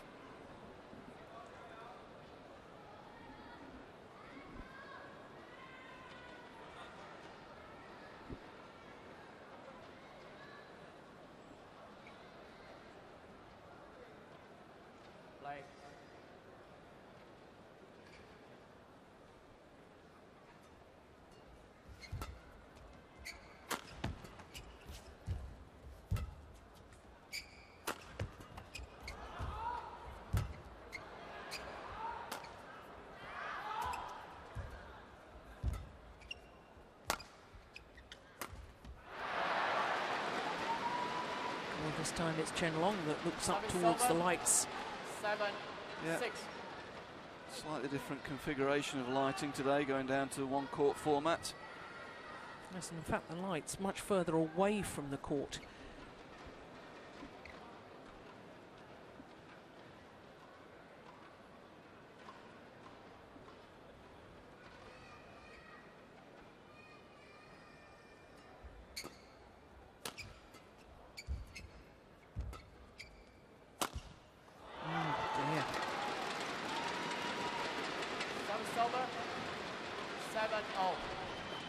So unlike Li Chongwei. Yeah, needs to be positive here. It's 7-all. He's right in the game. Just signs that he's gone a little bit passive again. Just needs to G himself up, think positively. As I say, take the initiative on these serve and return situations. Shuttle early. That's passive again. And he's on the defence.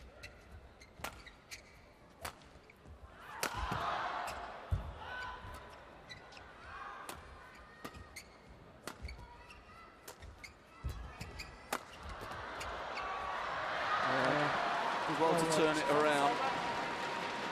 He was deep in defence for the first 3 or 4 shots of the point, and that's dangerous.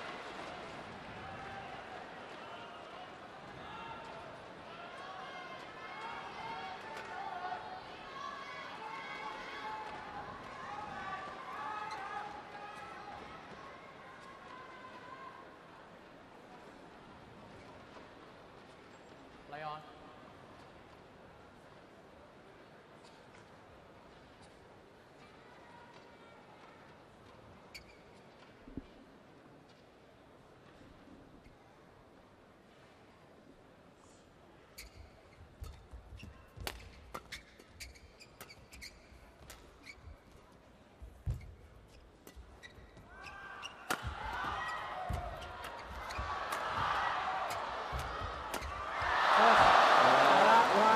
Will lift his spirits.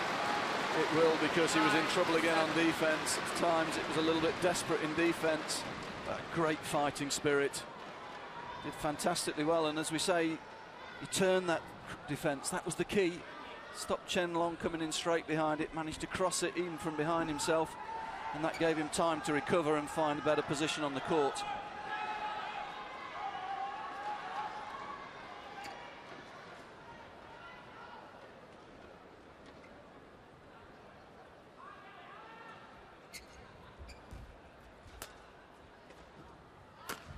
Yeah, magnificent angle.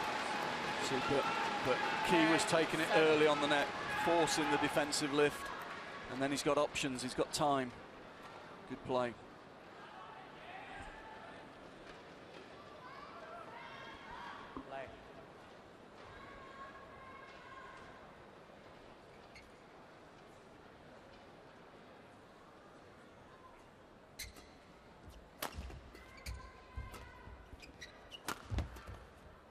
Again, cross defence keeps him in the rally.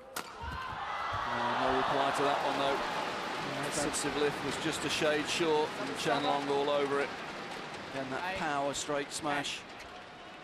Here we see it, able to intercept the shuttle early, bring it down really quickly. Well, that's his fastest of the day. Not the fastest single smash we've had there. I think Targo hit one at 270, didn't he, yesterday? Yes, he did.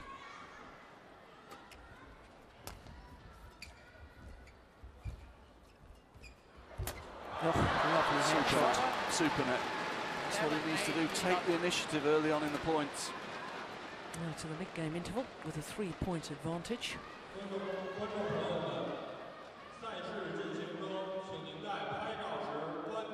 And hopefully that will make Tae-Soo-Bok a little smiley man again.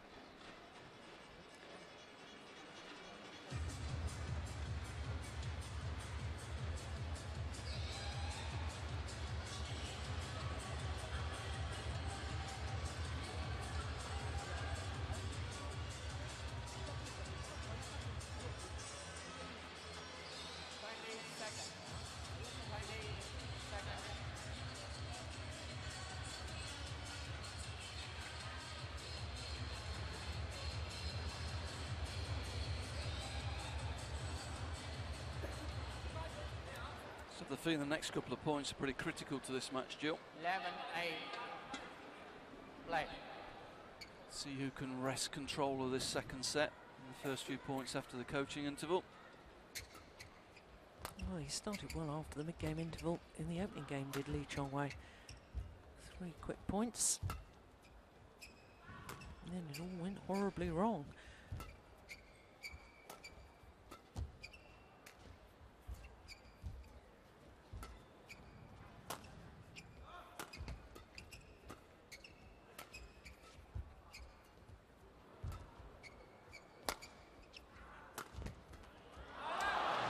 That angle. Chong-wei forced to take the shuttle so low. Very difficult to control the shuttle from down there. Oh, goodness me, well, something's falling down from the arena roof and it's landed on the court. It's like somebody's lunch bag. Plastic bag. Get everywhere these days, don't they?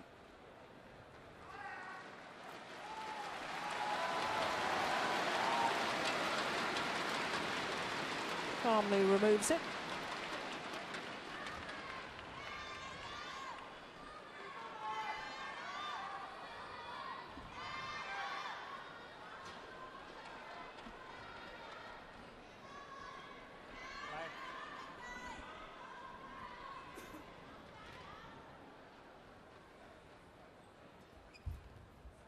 That's Great early. return of serve. That's early. That's what we've been asking for, isn't it?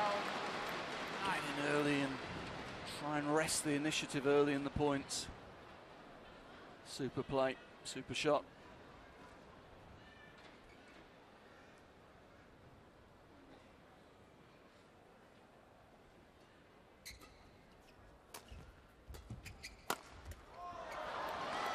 Again, short from Chen Long, pounced on by Chong Wei.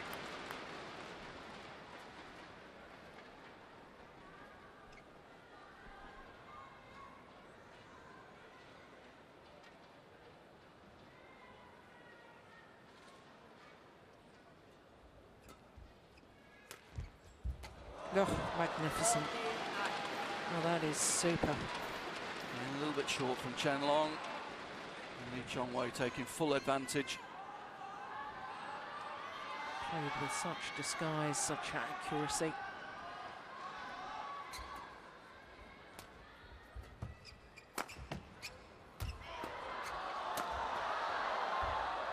Yeah. Intensity there, kept the pressure on. Didn't let Chen Long escape from that defensive position. First to one side, then to the other side, and then in. Created the space, forced him back into a deep defensive position, and used the space at the net.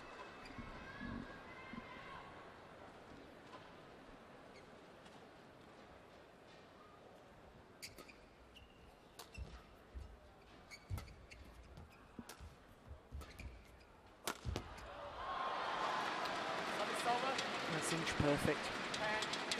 Li Chong Wei looking up towards the giant screen, wants to see a replay of it. My instinctive reaction was that it had landed on the line. Yeah, I think so. Gets up early again, brings it down steep and quickly. Yeah, That's perfect. a good shot. Yeah. I think he knew it.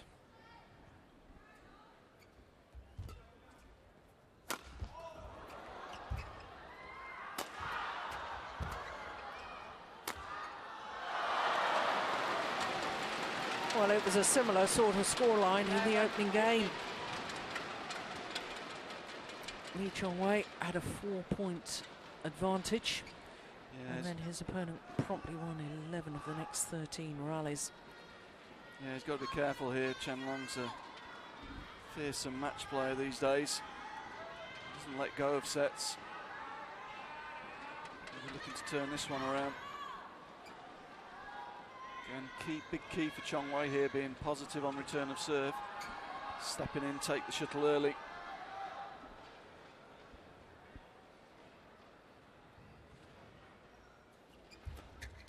That's good. He's missed it well.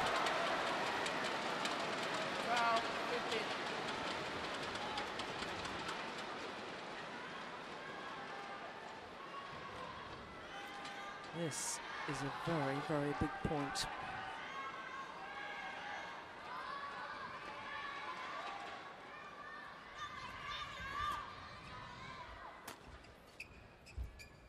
Oh dear. It's a poor shot. Now, Li Chong Wei's going to feel the nerves. Clever from Chen Long though, not playing the net shot, just pushing it back into the mid-court and putting the pressure back on Chong Wei.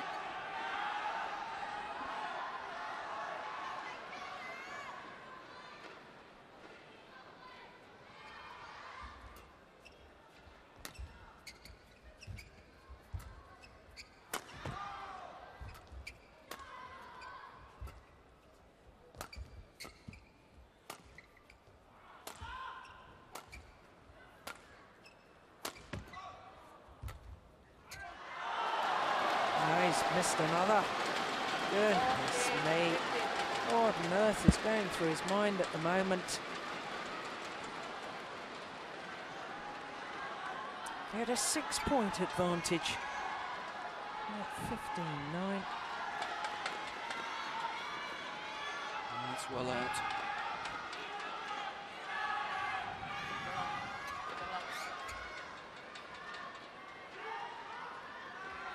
Just taking the opportunity while the court is mopped to take on board some liquid, recompose the thoughts, calm himself down. Yeah, a little shake of the arm as well. That's always an indication the player's trying to relax themselves. Shake out the tension from the arm. Because now, there's just 1 point in it.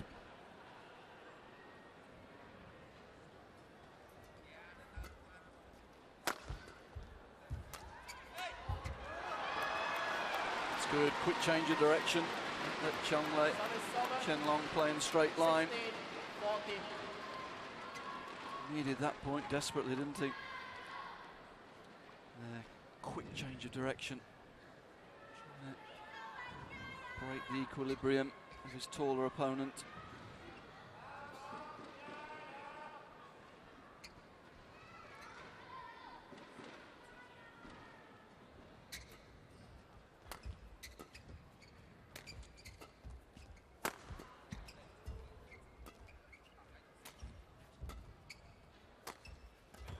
Nice. Yeah, perfect. But interesting, Ian, the first 3 shots of that rally from Li Chongwei, all down the centre of the court. Yeah, trying to keep the pressure on his opponent, play with good margin. In the end, he wins it with a good angle to the sideline. Creates loads of space, guides the shuttle into it.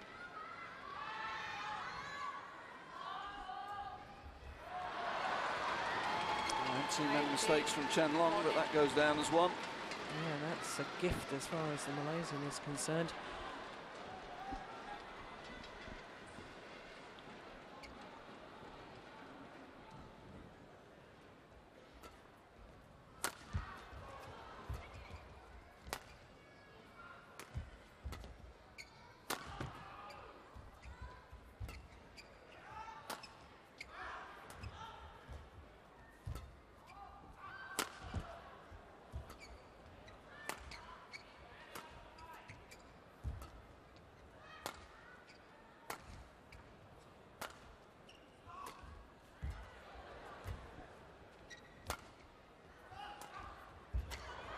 Oh, fabulous.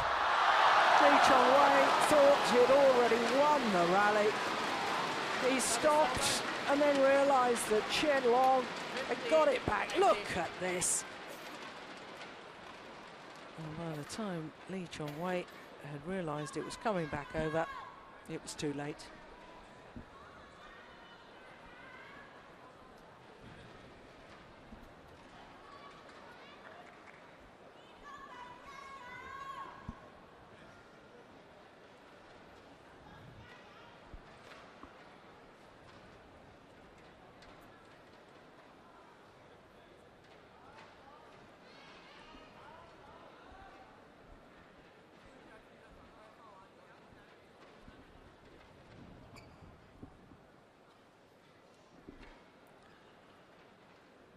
(15-18).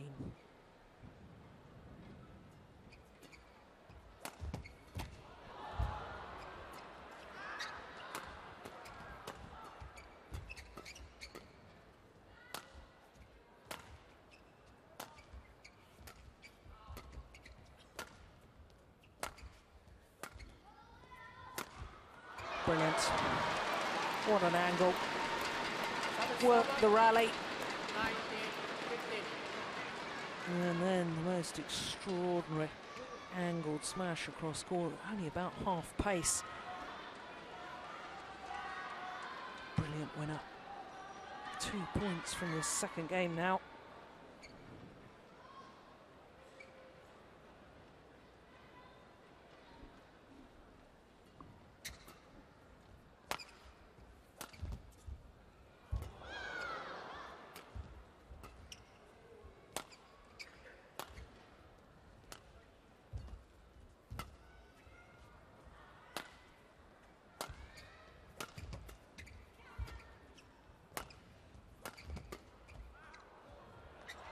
Always landed in. Misjudgment from Chen Long. Yeah, good length, good control. Chongwei with the lead there, played with good margins, didn't force the play, kept the pressure on his younger opponent. Good match play. And his reward, 5 game points.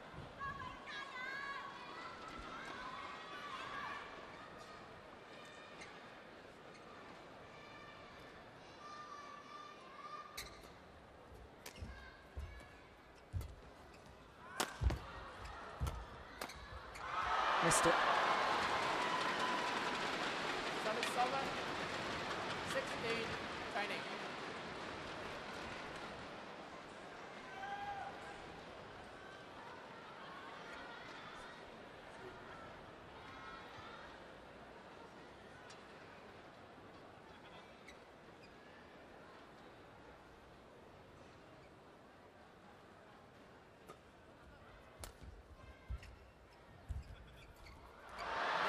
Nice control at the net from Lee Chong-wei, and it is indeed 1 game apiece.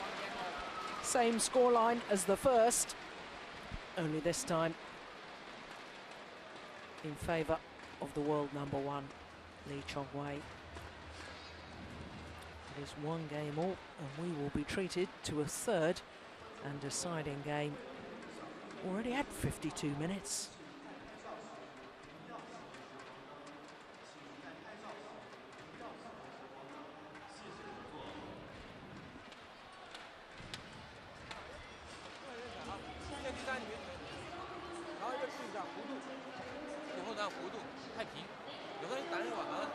Tough match play in the end from Chong-wei. Had a bad patch after the mid-game interval in the second game there, but managed to hold himself together. Came up with 4 or 5 really brilliant winners. Managed to turn the game around, get some pressure on his young opponent. In the end, Chen Long just started to lose his length a little bit, I felt, and that gave Chong-wei some more attacking opportunities, which he used really well. Interesting there, the coach taking on water. Maybe he's nervous as well. Yeah. Maybe he's talking too much.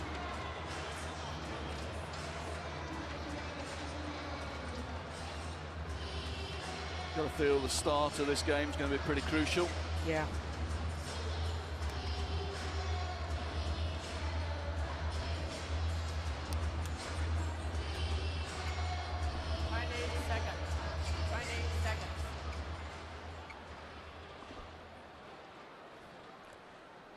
Well, good patient work by Lee Chong-wei in that second game. Yeah, he did well. He used some attacking play to build up a little lead, and then he increased his margins and just kept a lot of pressure on his opponent. Played the rallies out. That's a strange start, that is. Service over. 1 love. Well, I did wonder towards the end of that second game, Ian, whether that just the sting had gone out of Chen Long in the opening game, because of just seemed to have that extra power and pace, certainly with some of his winning shots and his movements, and he seemed to have been to a very minor degree worn down slightly, but that was making a big difference as well, because then that allowed Lee Chong-wei to actually hit the winners, whereas in the opening game Chen Long seemed to be getting all of Lee Chong-wei's supposed winners, got them back with interest. Yeah, I'm not sure. I think it just had a little. I think Chen Long had a little more trouble controlling his length from that far end, and that gave Lee Chong-wei 1 or 2 more opportunities a little bit higher up the court. It was easier for him to penetrate the defence. I think physically, over the last sort of year, Chen Long's developed incredibly. I'm not sure he's going to lose this on physical. Oh, no, he certainly won't lose it on physical. I'm saying that there's a big difference from the sort of sting and explosive power that he showed in the opening game.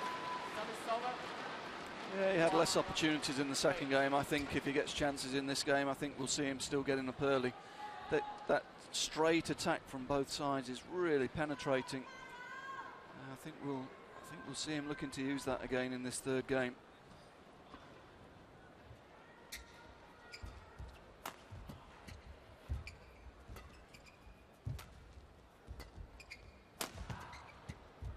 Gone wide. And again, behind it well, knocks it down quickly.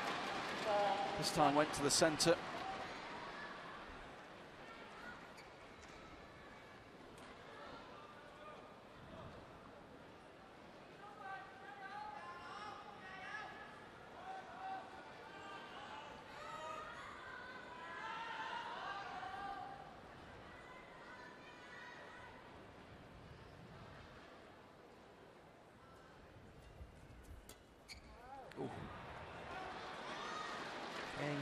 soon as he hit it, it was going to go well wide. 2-4.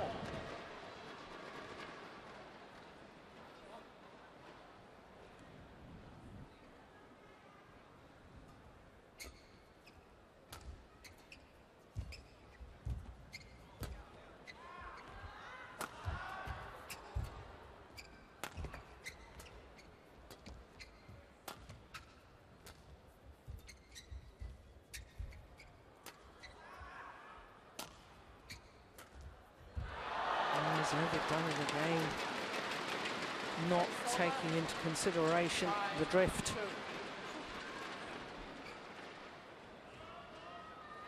I just wonder, with the change in format of the hall, different configuration, I just wonder whether there is a slightly bigger difference between the two ends here. Both players seem to be finding it easier to control the shuttle from this side of the court, the near side of the court. 6-2.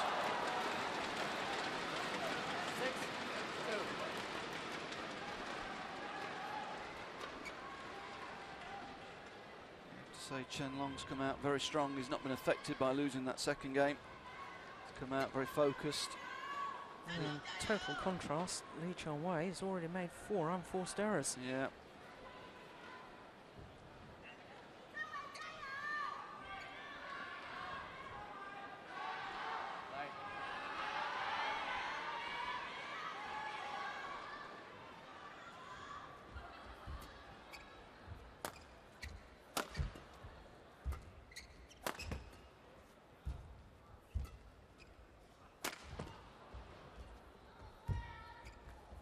Oh, great control.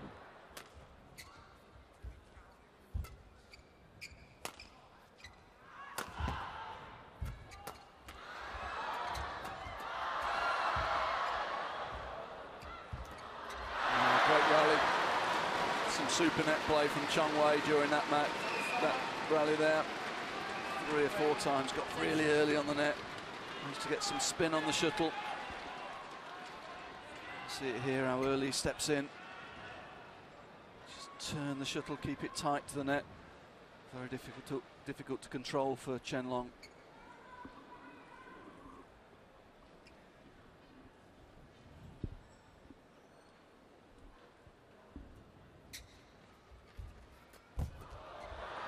Brilliant reactions. Well, Chen Long desperate to try and get in early and take Li Chongwei's time away at the net, but it was too tight for him. Here we'll see it again. He's early. Couldn't get the shuttle going down, and that gave Chongwei time to get behind it and just push it into open space.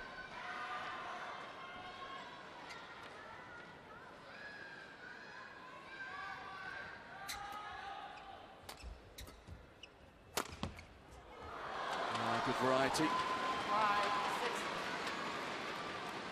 Yeah, coach likes that one. See how he cramped him for space. Big guy couldn't get out the way of that one.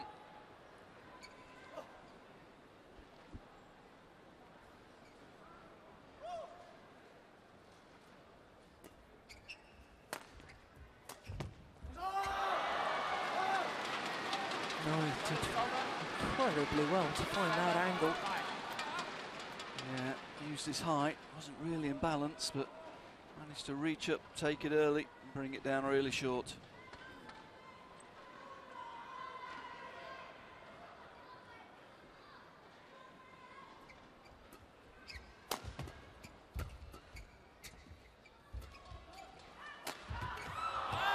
And again. Not sure about pushing up into this corner so much. Chen Long's quick getting behind here. He's got the choice, he can go straight, he can go cross. Yeah, Chen Long hadn't read it, Chongwei didn't read that, did he? He was late, he was worrying about the straight smash, got caught with the cross.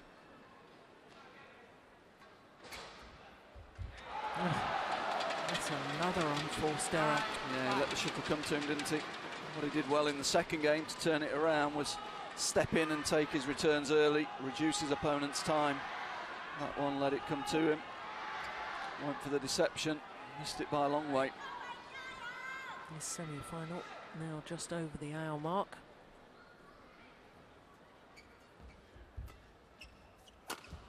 Oh, wild. Not like Chong Wei at all.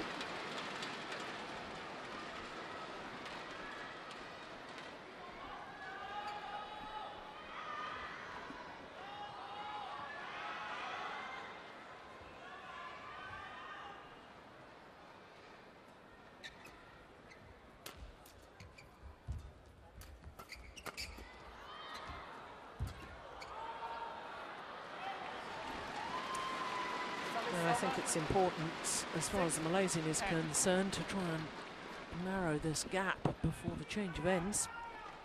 Yeah, got to feel a couple of big points coming up here.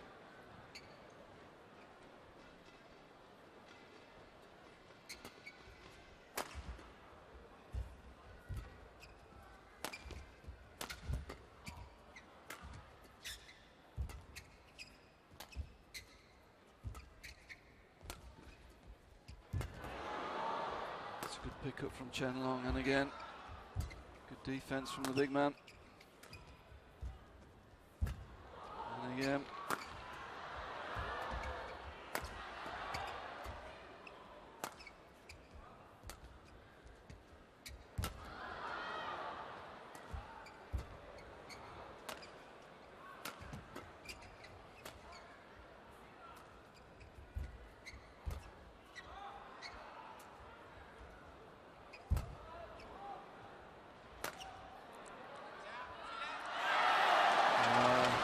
Fantastic defense from Chen Long, great court coverage.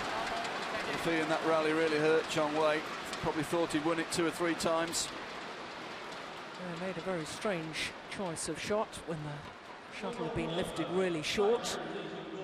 Made a rather loose drop shot.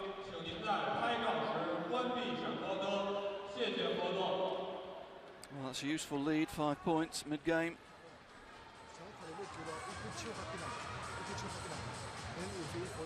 He's breathing heavily after that rally, put a lot into that, made a lot of attacking shots but couldn't get through.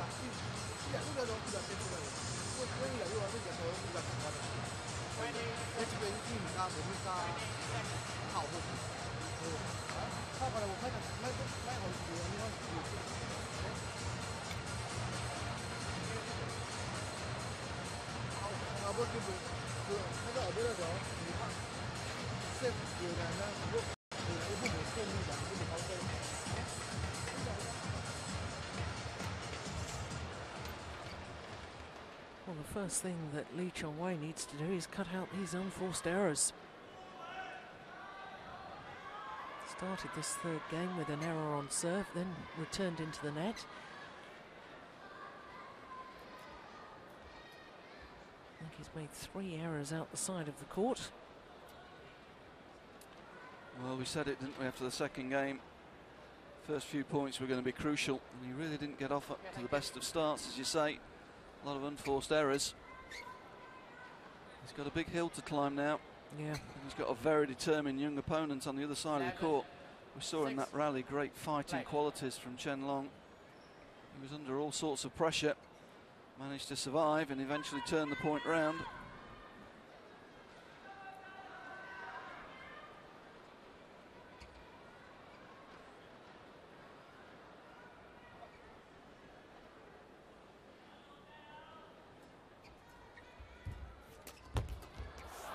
Oh, it's gone wide. If he got there, he'd be disappointed. Yeah. Great reactions. Well, courage from Lee Chong Wei to go for the kill at the net, but in the end, it was quite fortunate that shuttle drifted wide from Chen Long.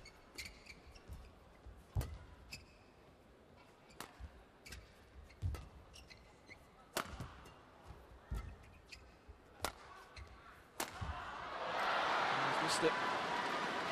Looking to pick positives so far. Players from this end have dominated this match, players playing from the near side. Chong Wei fans, they probably need to take heart in that, and already picked a couple of points back up from this end. Clearly feels more comfortable playing from this side.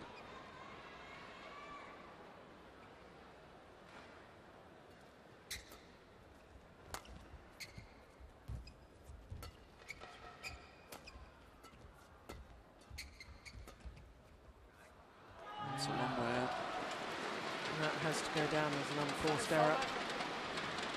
Yeah, didn't allow for the drift. Fourth day of competition, should be reading that really by now.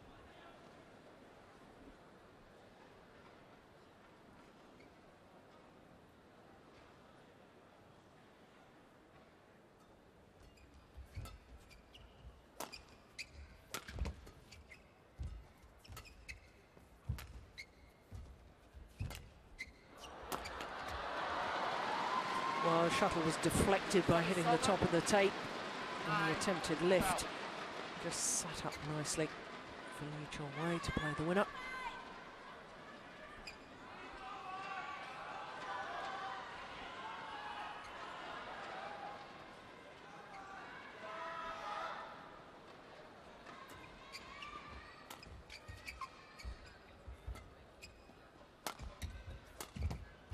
Oof. Wouldn't have played that, I don't think. I think it would have gone wide. It's almost as if Liuzhou tried to take his racket away, but too late in doing so. Yeah, that would have gone out.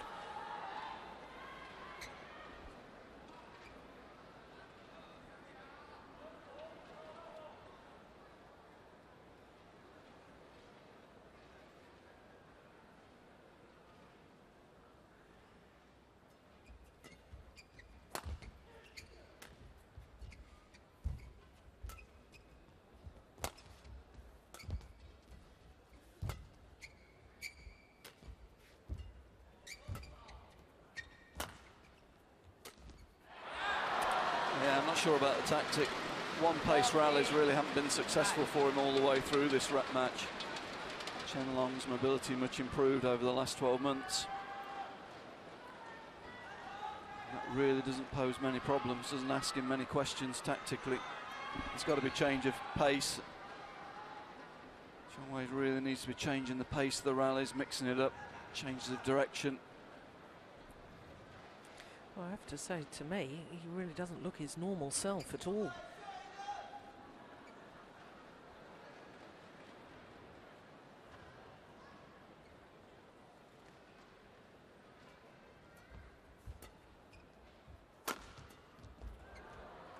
that's a good change of pace, and immediately it's effective.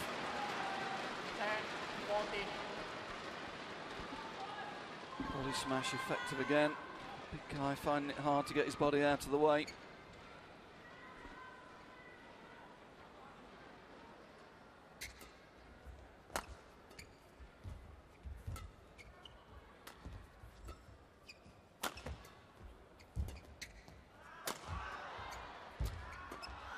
Oh my goodness, how do you get that back?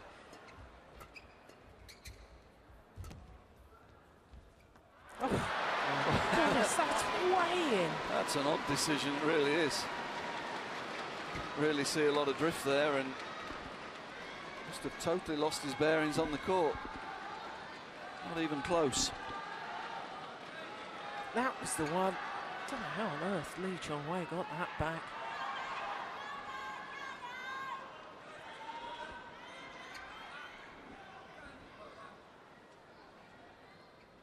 .11.14.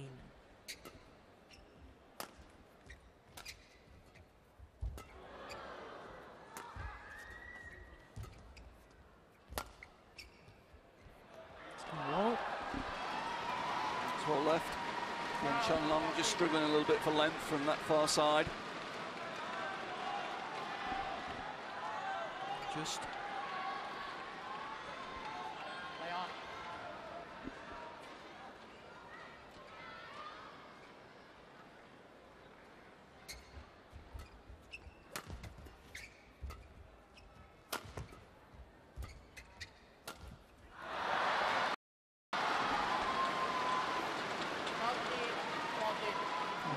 He's done well. Yeah, that's 2 or 3 errors you'd have to say from Chen Long. Bad misjudgment on his own side, and hitting out long in rear court, and then dragging one down into the net. You just wonder if he's thinking about winning at the moment and not thinking breaking the game down and just thinking 1 point at a time.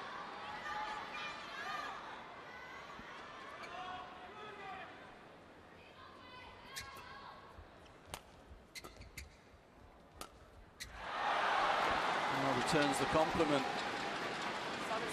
Real hesitation from Chong Wei there.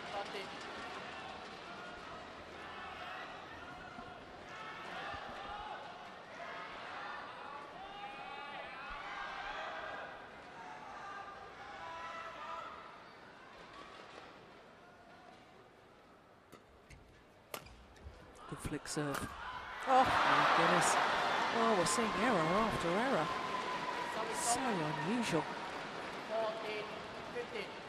Both players look very tense at the moment. See who's going to step up and take hold of this game. It's there for the taking by either player at the moment. Yeah. If they can steady their games.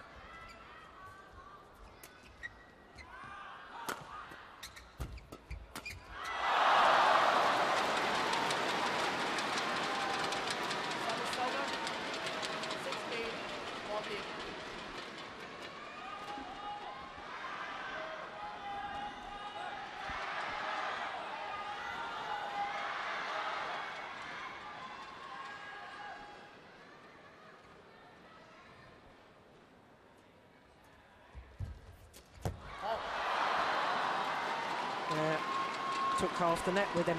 Yeah. Definite fault and well spotted by umpire Nguyen. Yeah, good umpiring, didn't follow the line of the shuttle. Kept his eye on the net. Clear fault. You can see it here. There, touches the net. Oh my goodness me, he hasn't been called a fault. He hasn't been called a fault. That is extraordinary. That's incredible. I take it back, he was fault shuttle watching.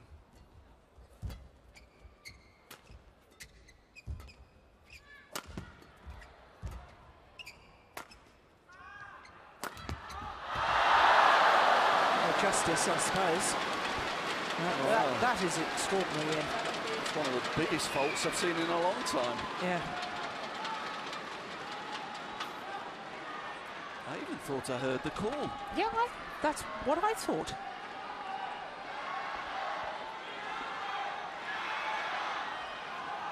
No chance with the net cord.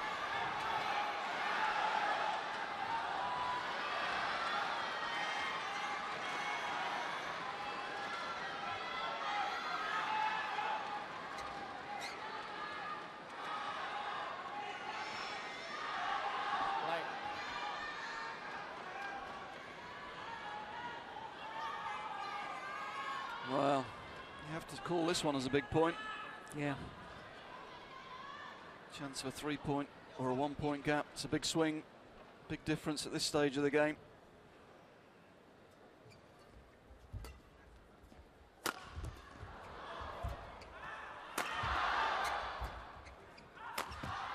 Superb. Great shot.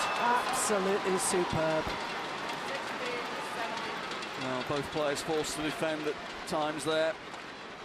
But it's Chong Wei really took the initiative, got behind the shuttle quickly.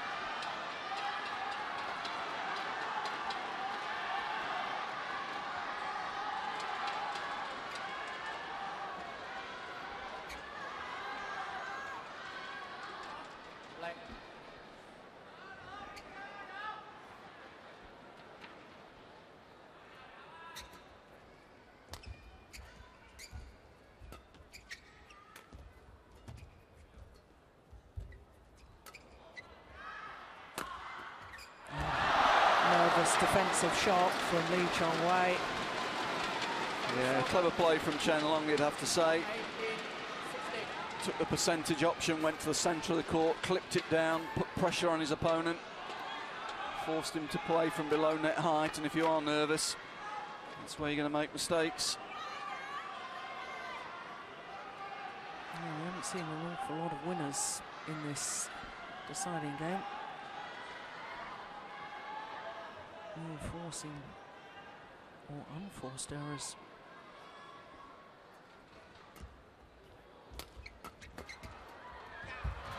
That's super. more positive on the return of serve. Well, not just the return of serve, but he took the chance to stay up the court. Look at this, he doesn't retreat, stays up there, anticipates the short reply. From then on, he's always in control. 17-18.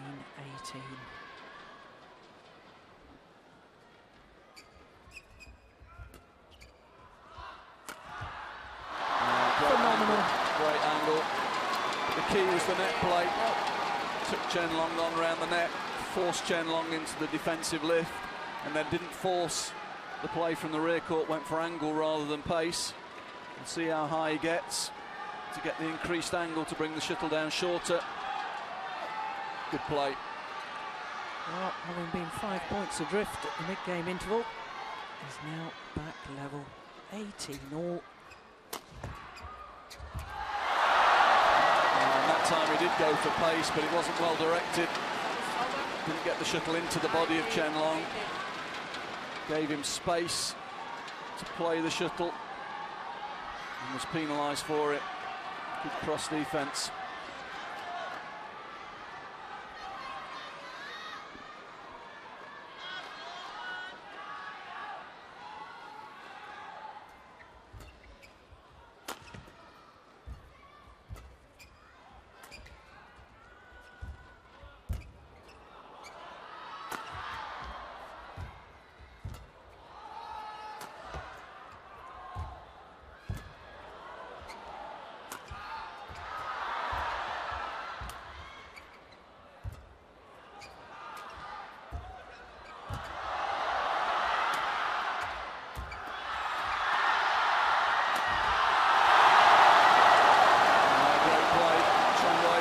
Conservative there with his attack. All his attack was down the middle.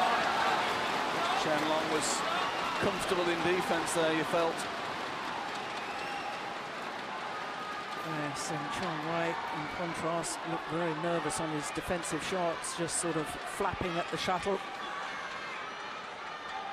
Well, certainly not his fastest smash, but probably one of his most important. Because Chen Long knows he has 2 opportunities now to book his place in the final.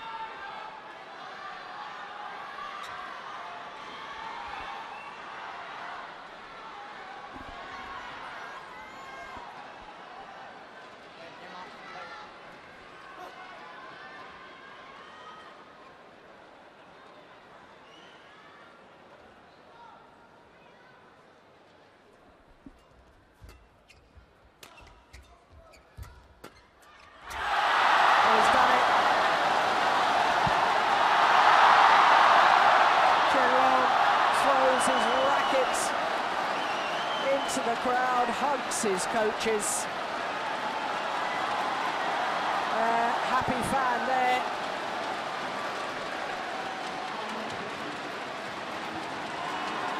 Now,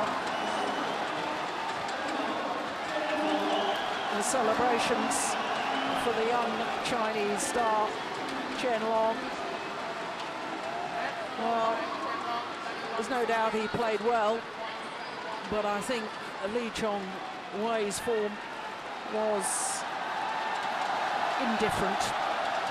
Not his usual stunning best. And the problem for Li Chong Wei is that his opponent is now too good that unless you really are on top form, you're going to struggle. So Chen Long, the number 2 seed, is safely through to the final. 21-16, 16-21. 21-18 in the deciding game in a thrilling encounter. An hour and 20 minutes.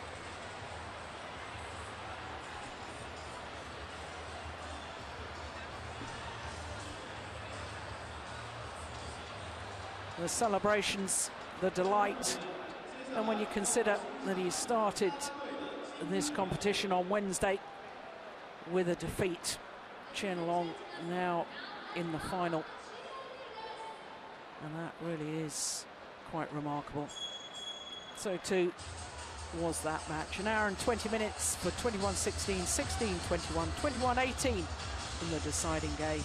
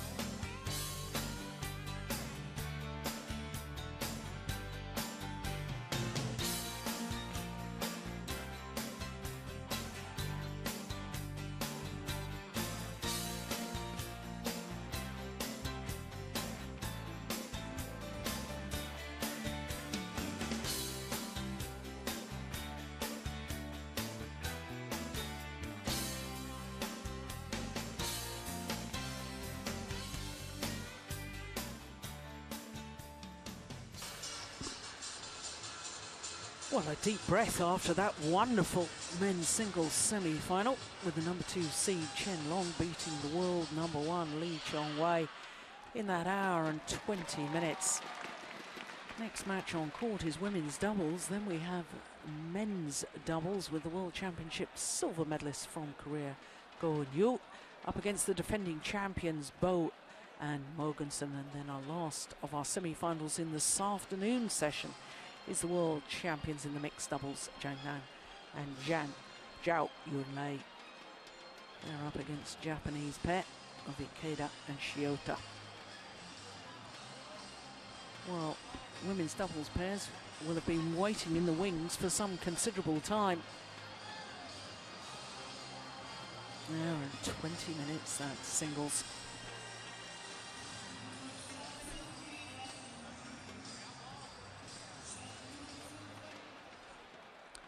Well, the Danes qualified for the Super Series finals. Their Super Series ranking at 9. But because 2 pairs above them in the ranking, 2 Japanese pairs, not permitted under the rules to compete in the finals because there'd already been 2 Japanese pairs qualified. The Danes came here with their number 9 ranking, and yet they topped their group.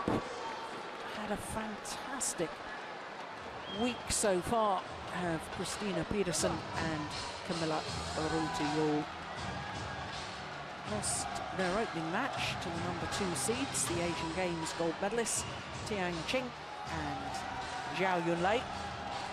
And since then, they've just got better and better.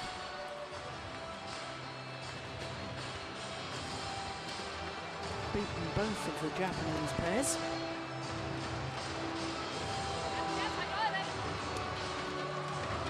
So the Koreans of Ha Jong-un and Kim Min-jung, they've come to the semi-final on the back of just 1 victory in their group. Extraordinary group scenario. Of course, Wang Xiao-Li and Yu Yang, clearly the best pair.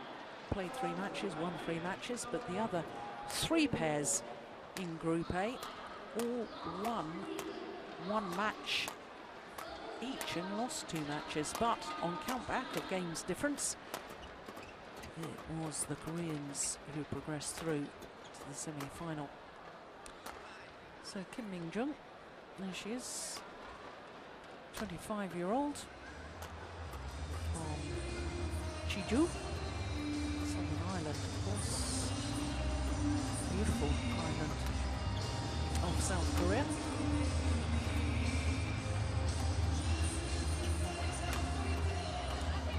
There she is, Kim Min-jung, and her partner, Ha Jong-un. And number 4 in the world rankings at the moment, and number 4 on the Super Series ranking. Have been as high as 2 though, and you can see their win-loss record for the year, 46-12. Translates into 5 finals, 3 titles, but haven't won a Super Series event this year. In fact, they've never won a Super Series event. their opponents. Christina Peterson and the tall left-hander, Camilla Ruta-Yul. Camilla Ruta-Yul, there she is, 28 years of age, from Skagen, very north of Jutland. Partner's 25. And of course, Camilla Ruta-Yul was a former world champion in mixed doubles. Won the title in 2009 in Hyderabad. They've only played 8 of the 12 Super Series events this year, the Danes. Go Sung Hyung, very physically strong athlete, 24 years of age. Partner a year older. And they've got a world ranking and Super Series ranking of 4.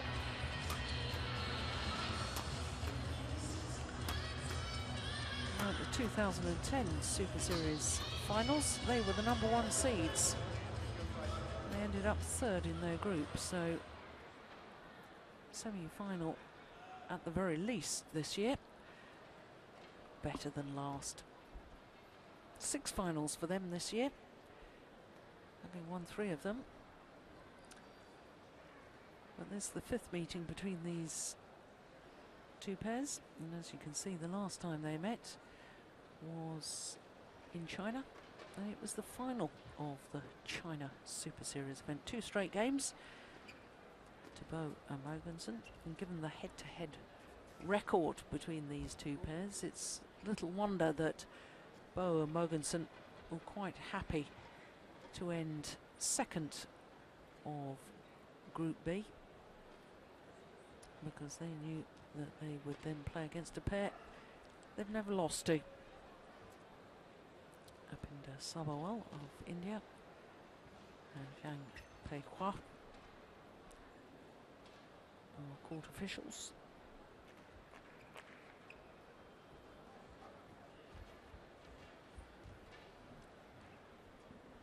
Klaus Bolsen, busy man this afternoon. He's just been coaching the women's doubles, now switching his attention to the men.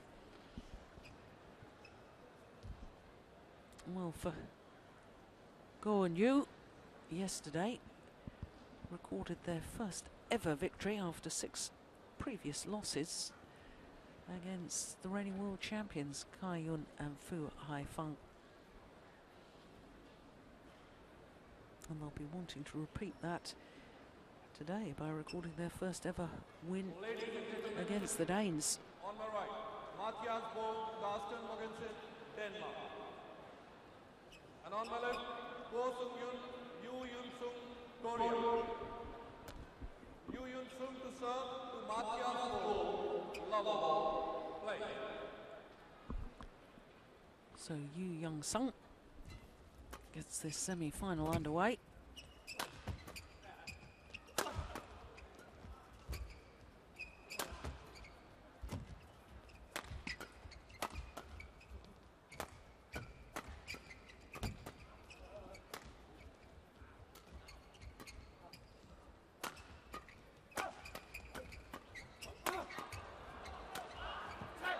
Nice angle. Yeah, typical play from Carsten Mogensen there. Not trying to hit through the defence, but rather clipping it down in front of the defensive positions. Good awareness.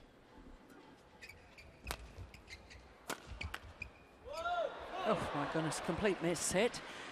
What a wonderful winner. Now Ian, why is it that the Danes' style is so suited against the Koreans, do you think? Well, I think both the Danish players are very comfortable in the front court. They put great emphasis on the serve and return game. Very good servers, very good receivers. Whereas the Korean pair, not really a natural front court player between the 2 of them.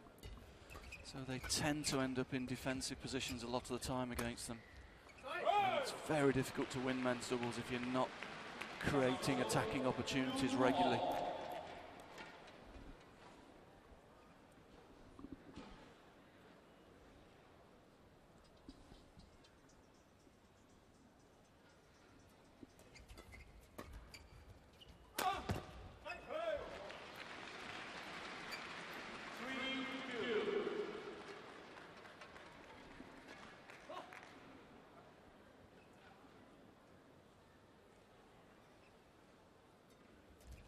Oh, that was a double hit, wasn't it? Well, that was a fault, really. Dane's asking the question. But we see this again. I think we'll see it was pretty clearly 2 hits. Completely mistimed the net roll. Well, I'm not sure we are going to see it again.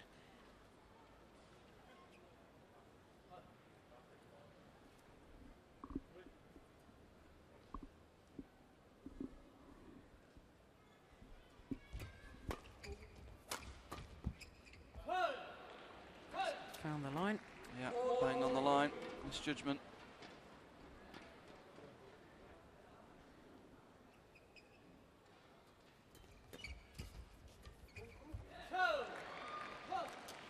Now that's where the Koreans have got to compete. They've got to step up on the front court, match the Danish pair there and create their own attacking opportunities.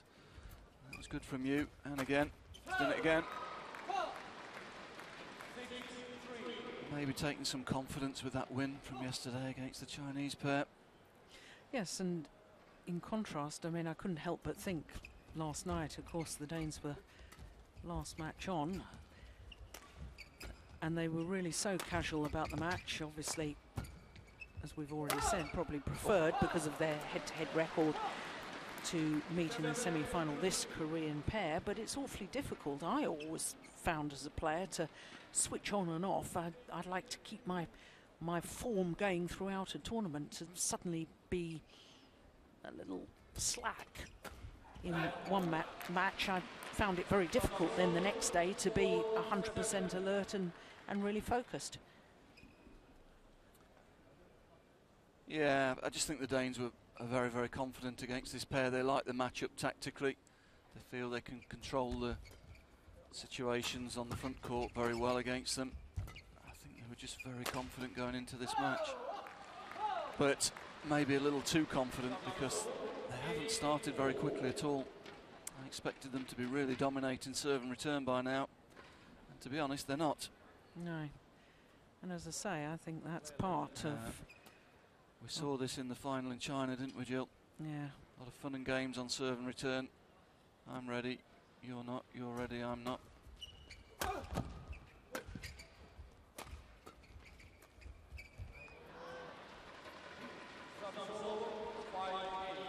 And interesting to me, Carsten Mogensen just jogging on the court there as if to say, come on, get going.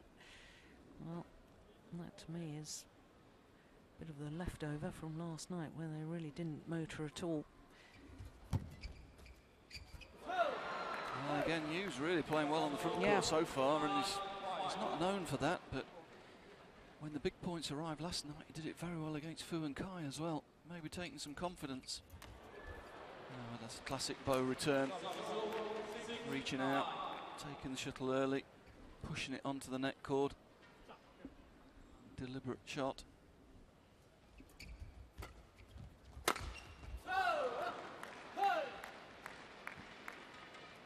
Well, the line judge didn't call at all to start with. The Danes tried to influence by saying it was long. Yeah, well in, well in. And then she said no, it was in.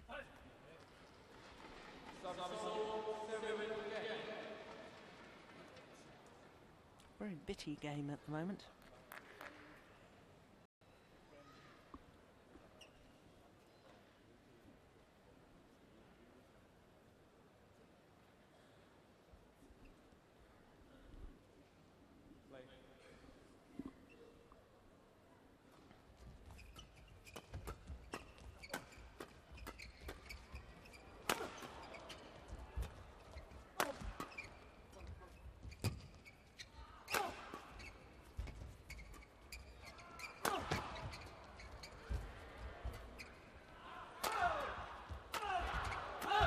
That's more like it. Good rally. Yeah, was the Danes able to control, kept the attack for a long time but couldn't get through. Then noticeable as soon as the Koreans took the attack. There was only one place they were going to hit, and that's the forehand of Matthias Bo. They don't rate his forehand defence. That's the target, and eventually they get through. Yeah, so they have the 4-point advantage at the mid-game interval. 밑으로 떨어지는 거 같이 드라이브 치면 볼이 어떻게 되노? 빨리 가나 위로 올라가나? 올라가지. 그러면 축축축 들어오면서 치니까 그거는 확실하게 수비가 되니까 그거 판단 빨리 하고. 3 드라이브 titles for 칠 the 때 Koreans 밑에서 this 칠 year. 때는 All 치고 of them 들어오는 거 Grand Prix gold 보이면 events, 같이 including 맞받으시면 안 돼. last week. 너가 위에서는 The 완전히 Korean 들어가면서 Grand Prix. 그것만 생각하고 해. Incidentally, in 오케이? 아. all 3 finals and titles that they've won this year, they've beaten their teammates, Jung Jae-sung and Lee Yong-dae, in the final. 11-7. Play.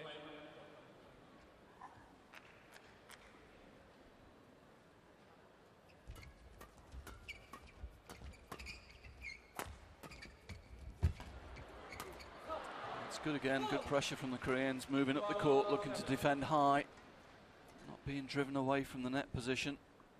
We see it's bow off balance, Koreans step in, easy kill.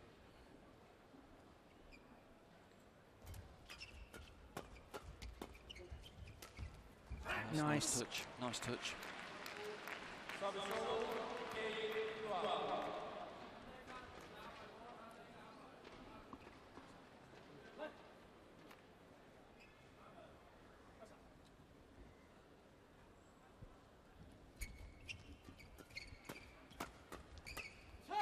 And again, Yu competing well for the net. I think this is surprising the Danes a little bit. Normally he's content to lift off from those positions, and today he's stepping up, fighting for the attack. It's outside. Korean serving very well so far.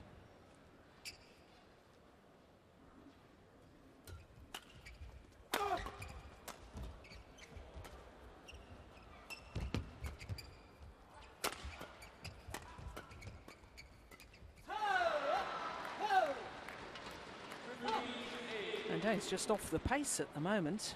Yeah. Yep. I think they expected to be having more of the attack. They expected to just be able to take it very easily on the serve and return situations, and the Koreans competing very well in that area. It's dangerous though. Pushing up the left-hand side to the left-hander, Matthias Boe. He's ready for that, likes that.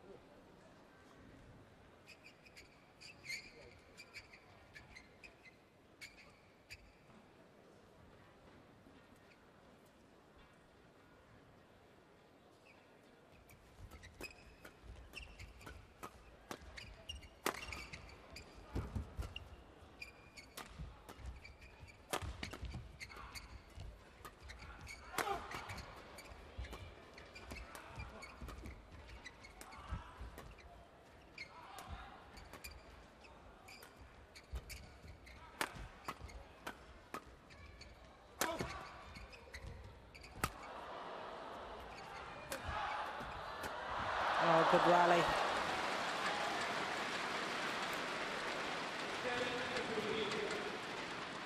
Yeah, Matthias Boe getting the good net shot in, that short, cut down, cross court deliberately to set his partner up down the left-hand side of the court.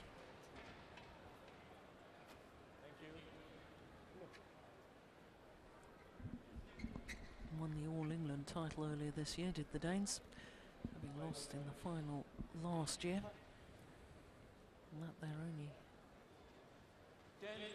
Super Series title, apart from obviously the last one, the China.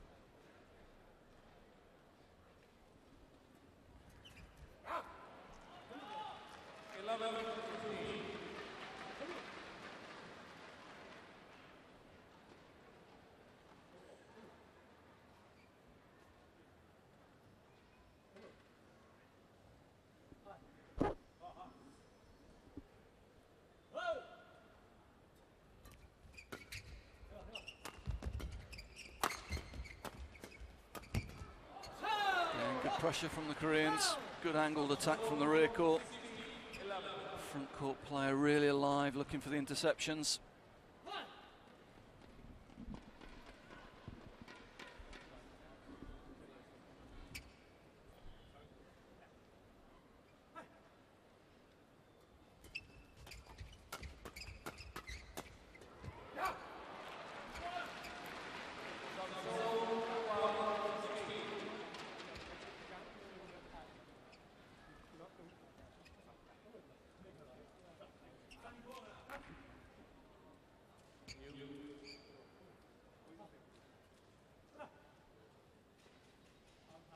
Well, I think he wears contact lenses, and I wonder if he's just got something in his eye, because he is struggling. He's walked to the side of the court a couple of times.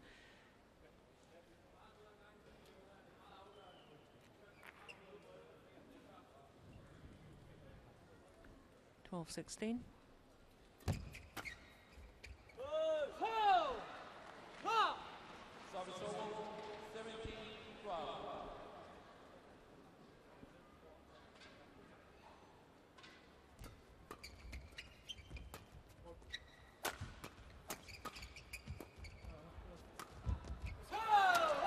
This marvellous shot, great angle from Liuzhou.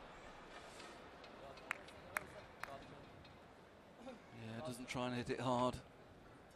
Good angle, again in front of the defensive position of the Danes. Not trying to go through them, trying to get it in front of them.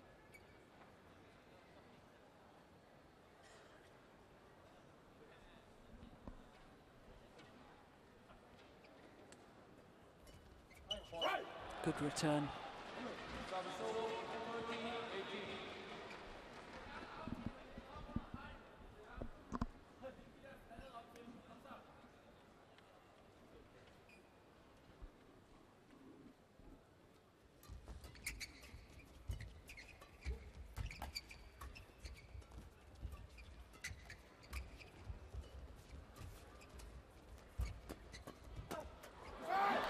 That's more the sort of rally I expected to see.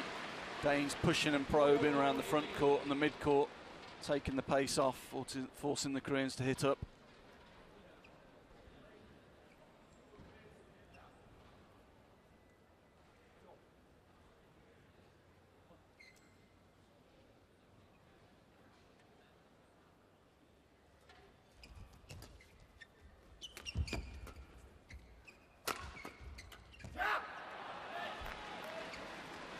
Yeah, they managed to just break the game up a little bit, haven't they? Take the pace out.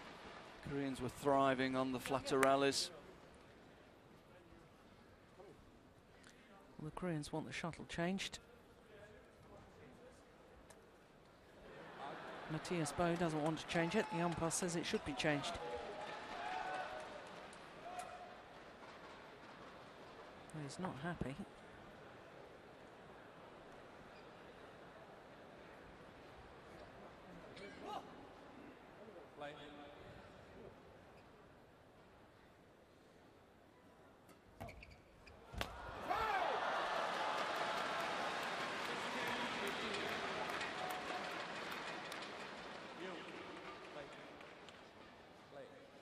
Well, it did look awfully high to me, I have to say. No call from the service judge. Now just 2 points in it. Short serve looks high as well, doesn't it?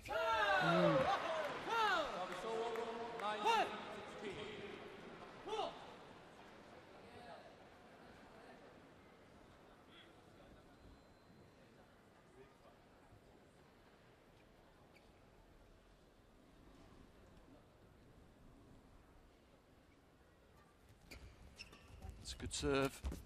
He's in. Very good play from Liuzhou. That good play has earned them 4 game points.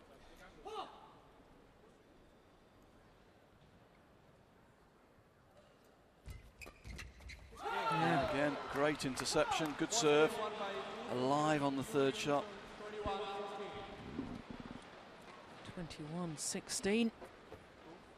There's the serve looking for the third shot.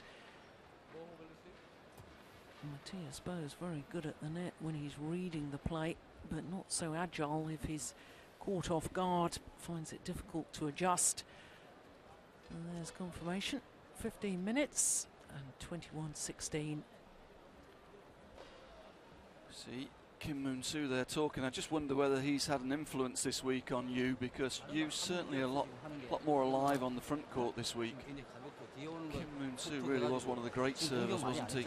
Yeah. He was very quick on third shot, liked to dominate behind his service. And looks to me as though his influence has rubbed off a little bit on you this week.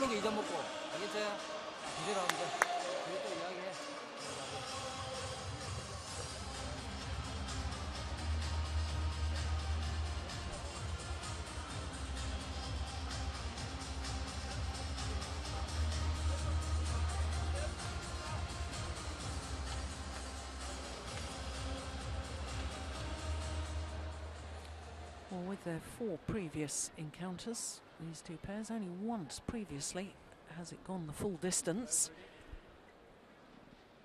Second game, level. Play. But the Danes will be hoping to certainly get a much better start in this second game. Service over, 1 level.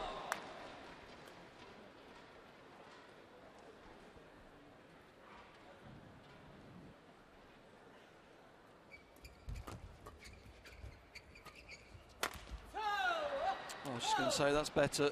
Low taking the pace off, but then he's all off balance and trying to hit hard, rather than being a little bit patient, keeping the pace off until he's in a better position.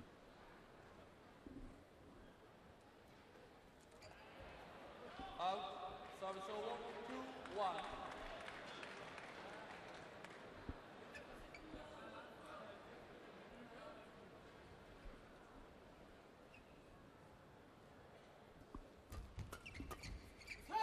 Good again from you on the forecourt. Good reactions. Followed his return, anticipated the straight reply.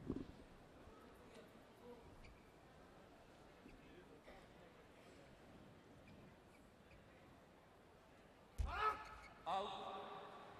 Service over, 3-2.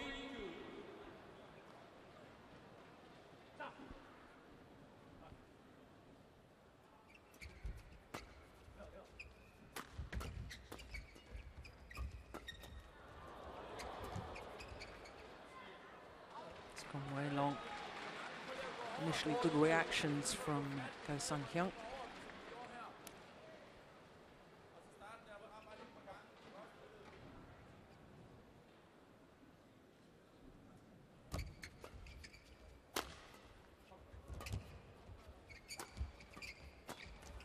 Yeah. Danish 1-2 there. Mogensen, steep angle down in front of his partner's left hand. Koreans forced to hit up and easy interception for the left-hander in the forecourt.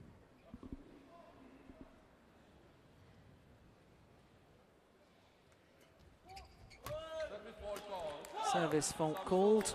Struck above the waist.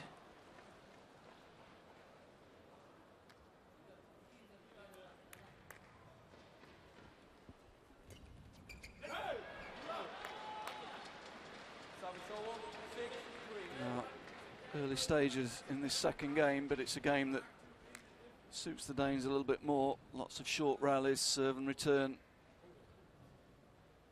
Serve and return becoming more crucial.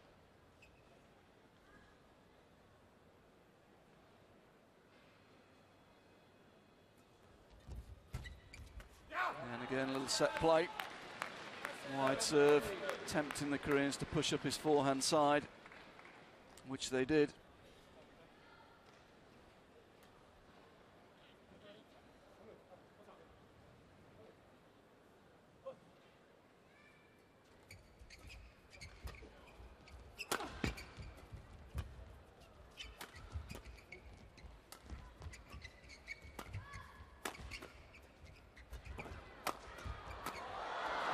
Well worked rally.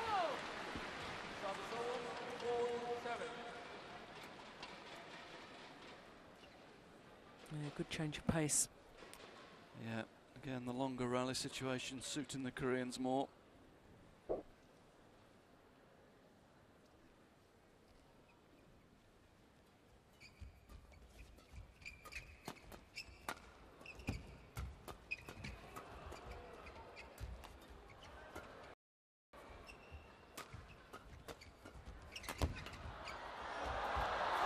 Super play. Wonderful rally. Great reactions from both pairs there. Neither pair wanting to lift. Lots of blocks and drives in defense. Nice finish.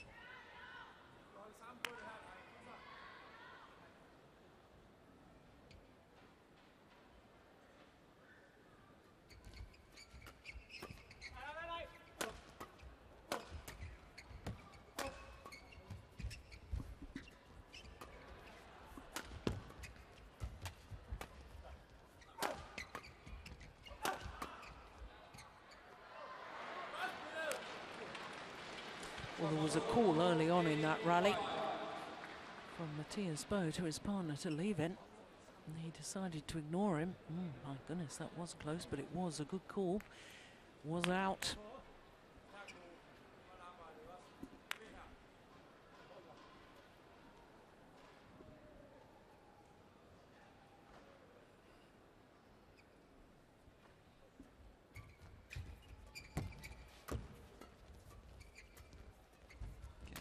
On the front court to win the lift.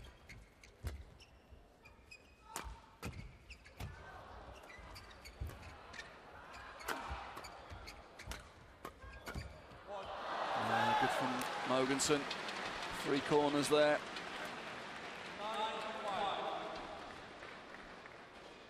Here's the first corner. Hits down, across, straight, and then he's straight in behind it. Finds the winner. Good mobility, good play.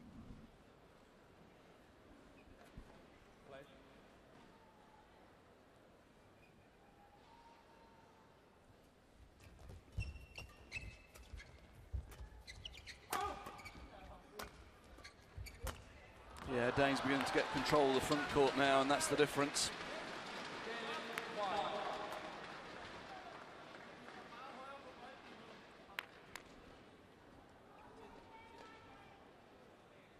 Keeping the shuttle down, following in.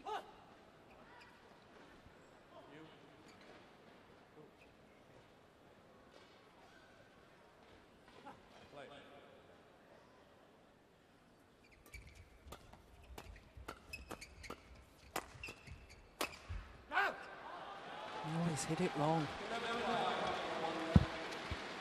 6-point advantage.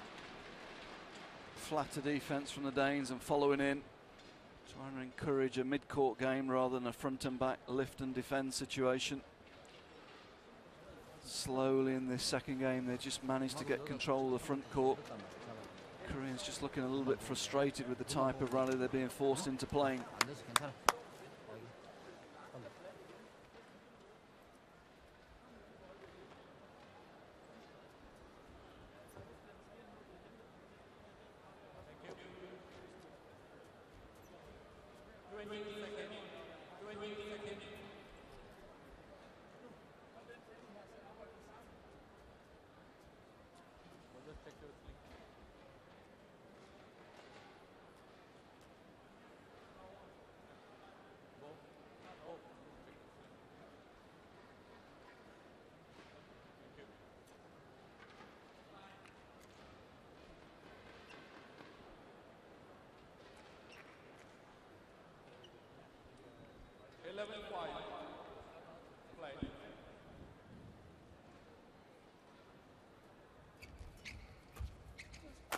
Again, Danes win the battle.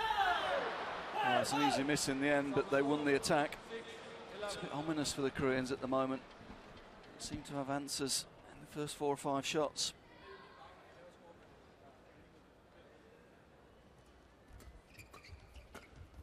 That's better. Yeah.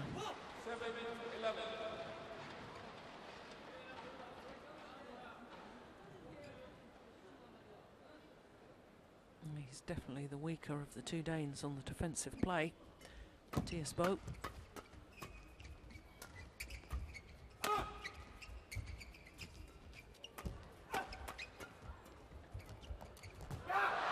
fast, flat exchange, suiting the Danish pair.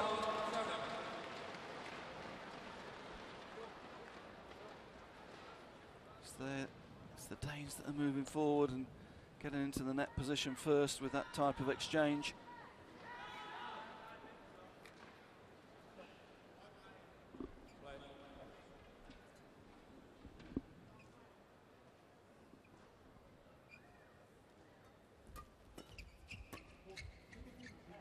Yep, and again, blocked off in front of the Koreans. Forced to lift and lose control of the length.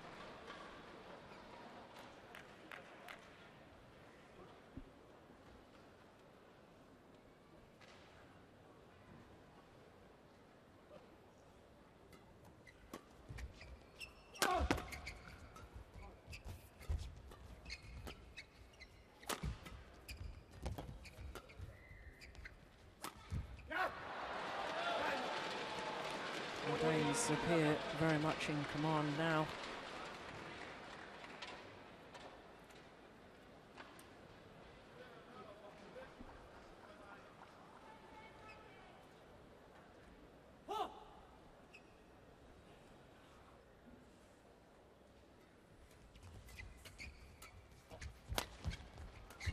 Again, Korean's forced to lift.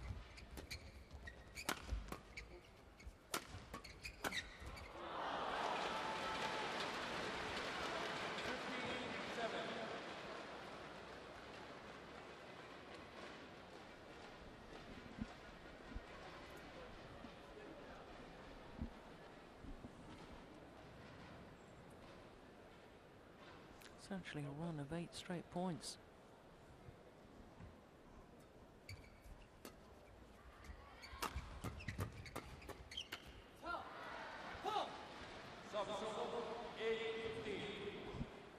Needed that.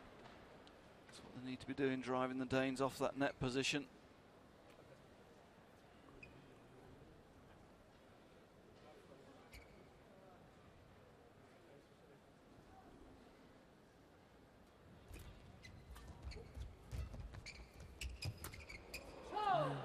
Can control it.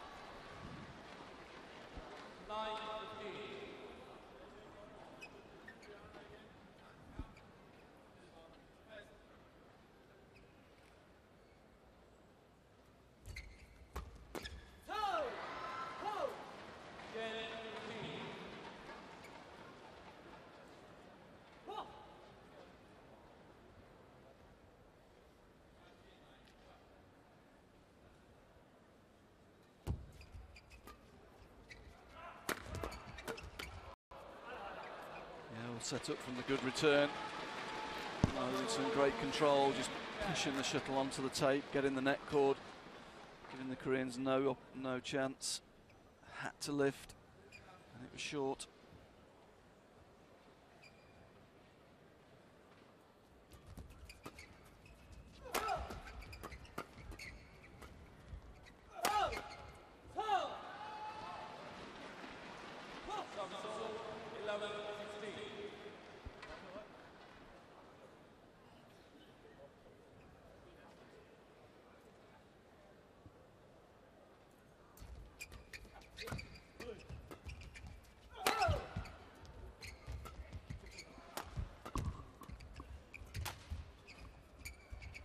Oh, great shot. Lovely net play from Carsten Mogensen. Yeah, great touch again here. Takes it early, just pushes it onto the tape.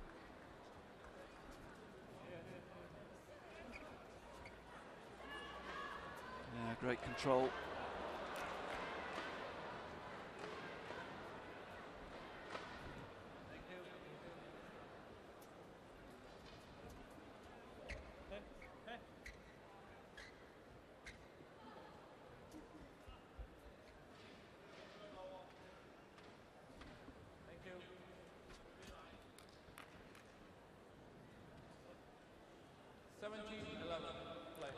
An indication of how short and sharp these rallies have been. Only 30 minutes of play so far.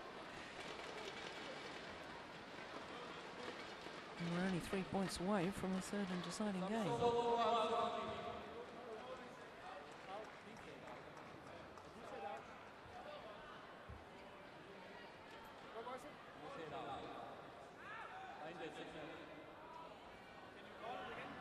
Yeah, lines judge actually called that out.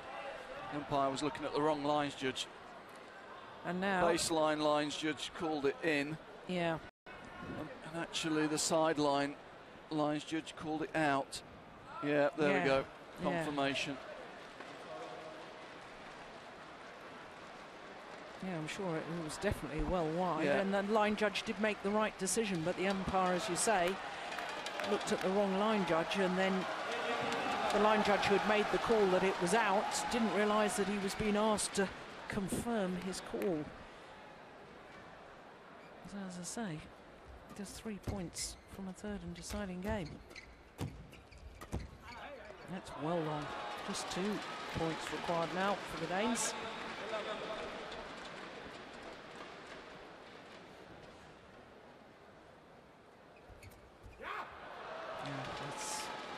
over-ambitious. No, the second game is beyond them. 9 game points now for the Danes to level this at 1 game apiece.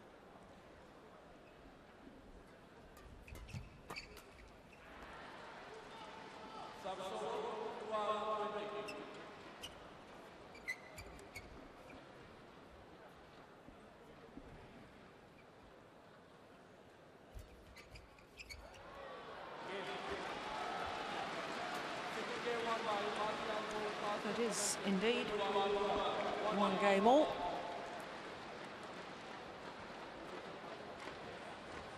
"32 minutes. And we're back to square one.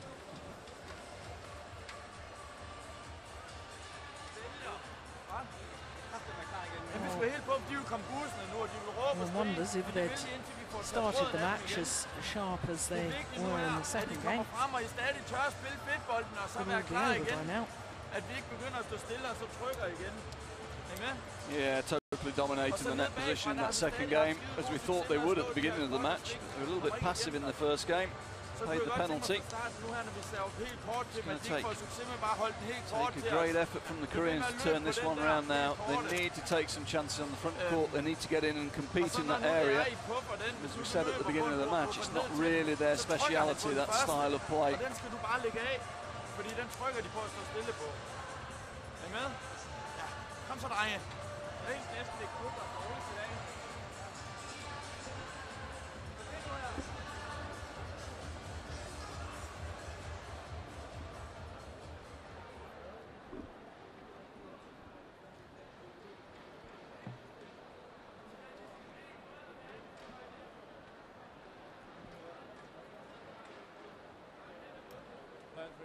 So third and deciding game. Final game, level, play.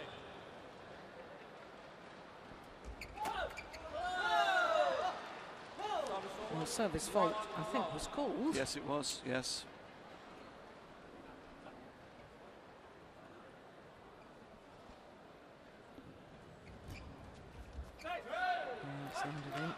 Yeah, it's good return, 'cause it was a great serve. Saw his opponent was on top of the net, just pushed past him into space. Good awareness.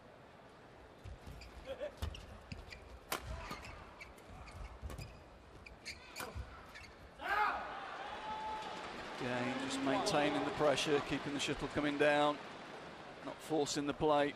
Koreans again a little bit frustrated with that. They like a little bit of pace on the shuttle when they're defending.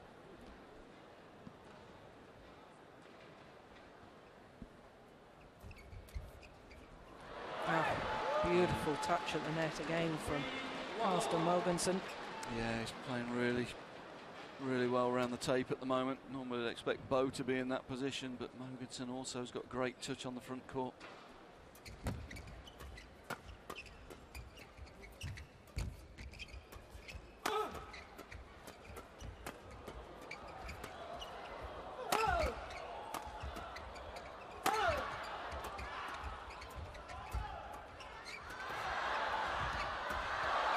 Good rally.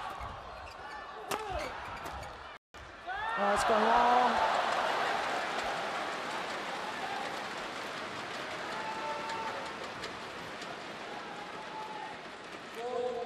Yeah, Koreans desperate to put some pace on, but in doing so lost the angle.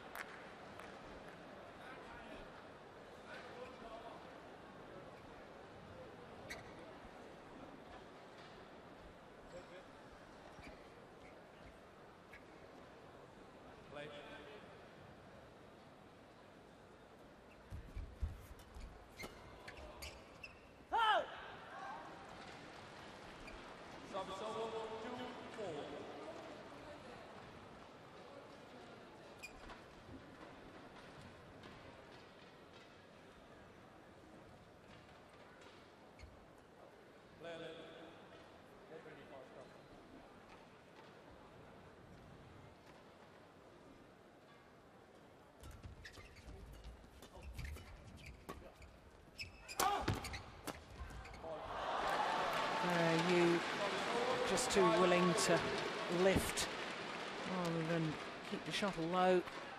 Could have played a flat push, but chose to lift deep. And that gave away the attacking opportunity to the Danes.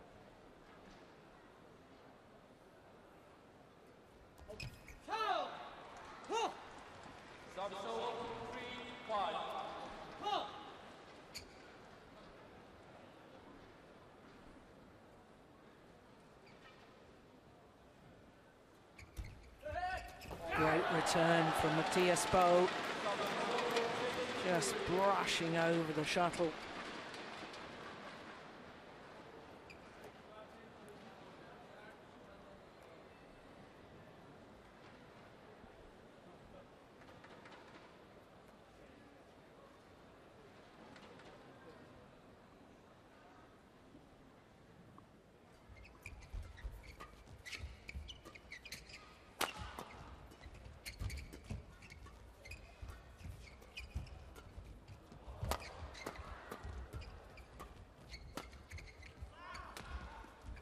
Oh, delightful. Fast drop, play to the centre. Yeah, nice shot this time, Bo choosing the high lift. Really get into a defensive formation and Cole found the space down the centre.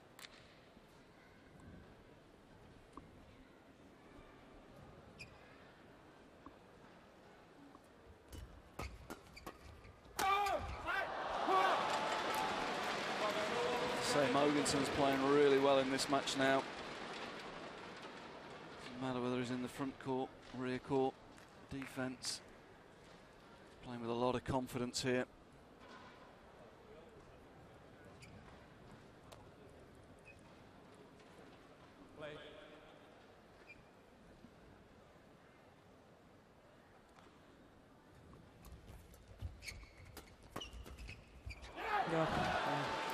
Shuttle's coming up to him though, he likes that position on the front court. Blocks it off, gets his racket up, anticipates the drive. Easy interception for the left-hander. Looking a little ominous for the Koreans here, you have to say.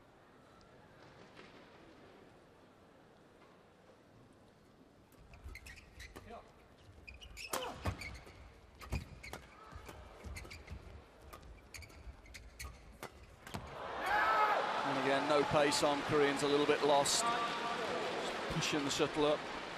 And easy for the Danish net player.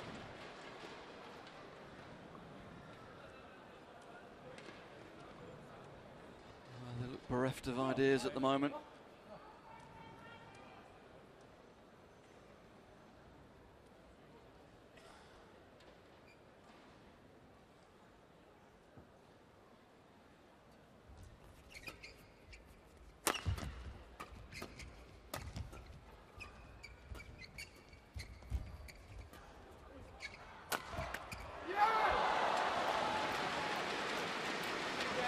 Again, they're not hitting onto the Koreans, they're hitting angles in front of them, across them.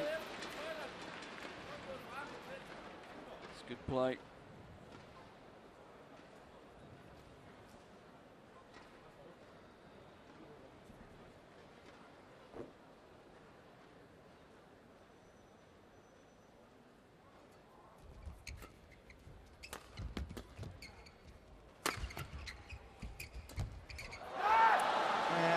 He loves that, the block and follow forward, Matthias Bo.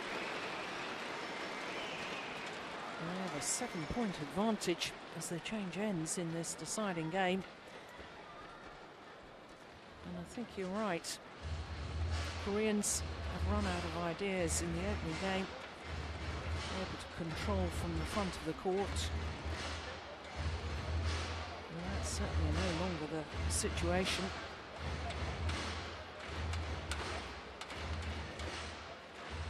Body language saying you've got to get forward, you've got to take them on in that front court.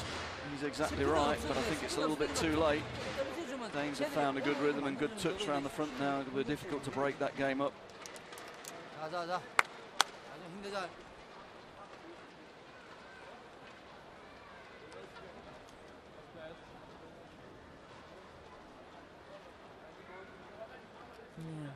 now the end that they've preferred playing from, on the far side of the court. Also on a run of 5 straight points. Must be feeling very confident now.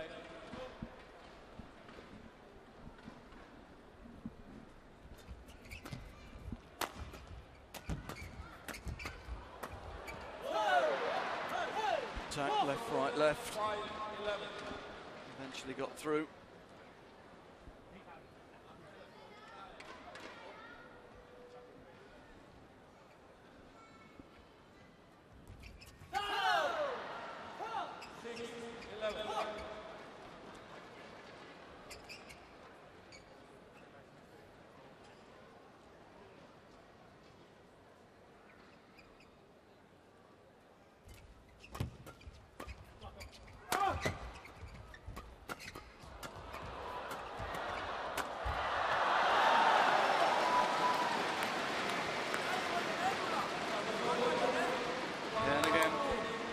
Danes finishing right in the front court there, hitting, moving forward the whole time. They know that's where the game's going to be won and lost.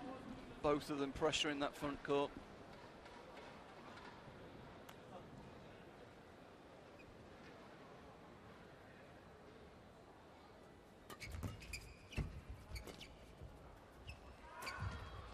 Oh, that's lovely. Yeah, nice angle.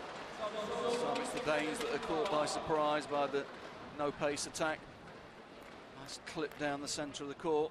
See the Danes retreating. Just brushes across the shuttle. Brings it down nice and steeply. It's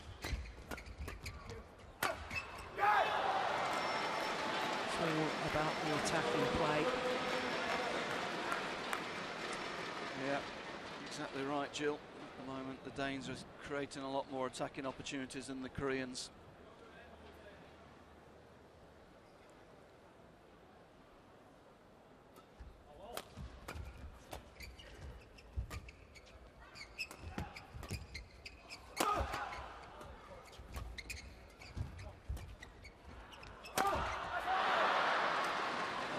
Many errors. Have to go down as one. That was easy. Short.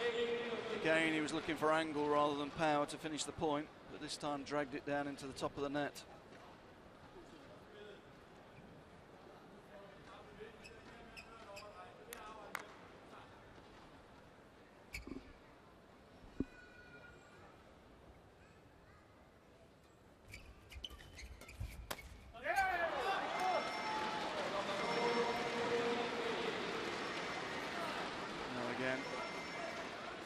Mistake comes when the shuttle comes through to the rear court player there with no pace on.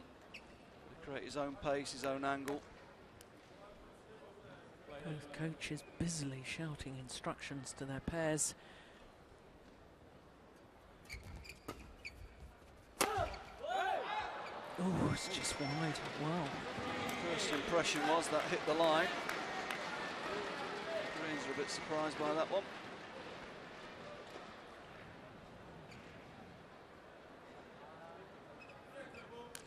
Looking to see if there's going to be a replay, but there isn't.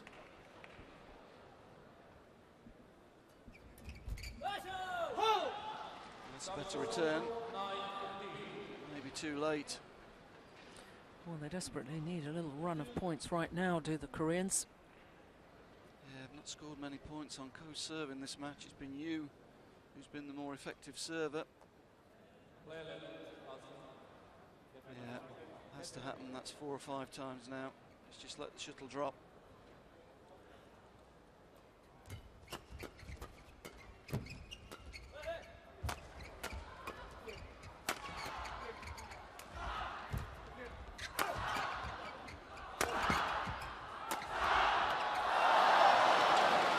Attack and more attack from the Danes.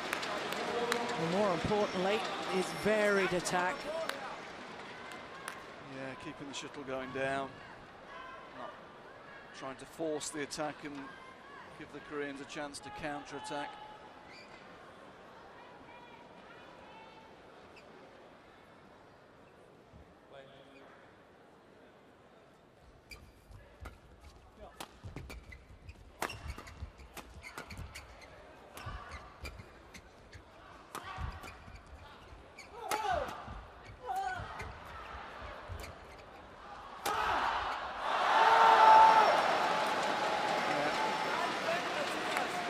angled smash to the centre works again. Even if it comes back, it's going to come up to his partner. I do find it odd, though, that the Koreans haven't really targeted Matthias Bo as much as they did in the opening game with their attack. Yeah, just had no rhythm in the attack because they haven't had many opportunities. When they have had it, they've panicked a little bit, tried to win it too quickly. Again, push through, no pace to the mid-court. Following up, leaving no space for the block. Nice block. Follow, easy kill.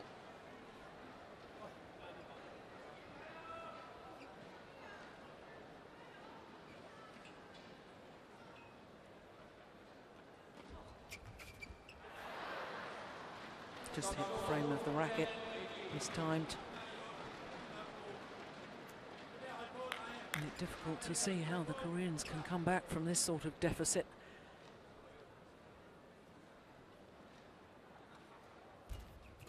I don't think they have the belief either. No, Dane's returning very well against the net cord return. It's a deliberate play, there's no look involved. That's what they train for. Just push those returns onto the tape. Make it difficult for their opponents to control the third shot.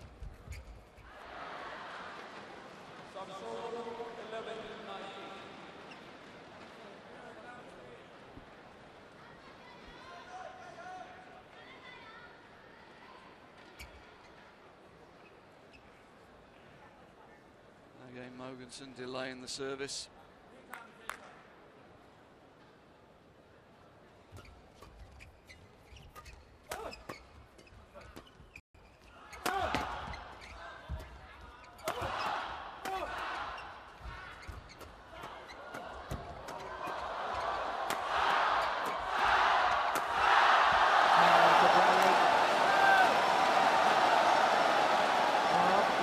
Celebrating.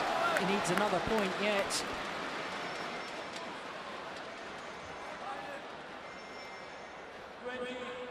Match point 11. 9 match points. Yeah, don't understand that. Not when you've got not actually won the match yet.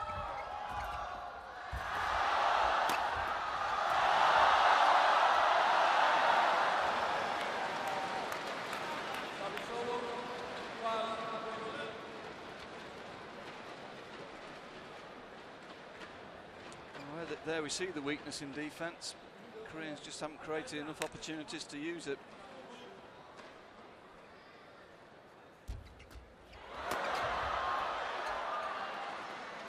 Well, we're seeing it all now from Bo. Celebrations round the back, between the legs.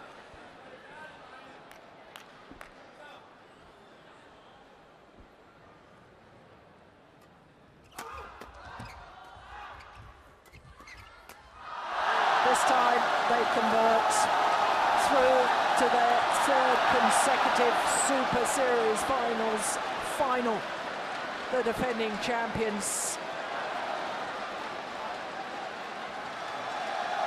had to come from behind, having lost the opening game 21-16. They came back strongly, 21-12, 21-13.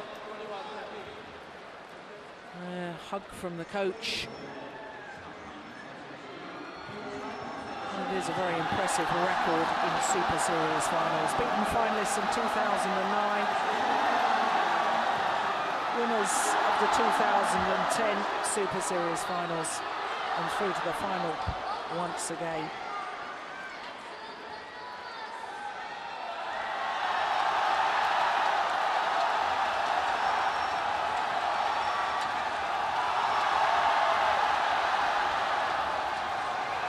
Becoming a tradition now, and players to throw shirts to the fans.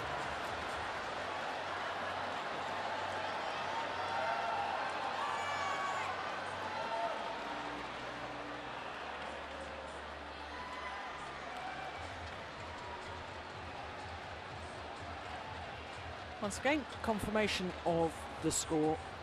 16-21, 21-12, 21-13 in the deciding game.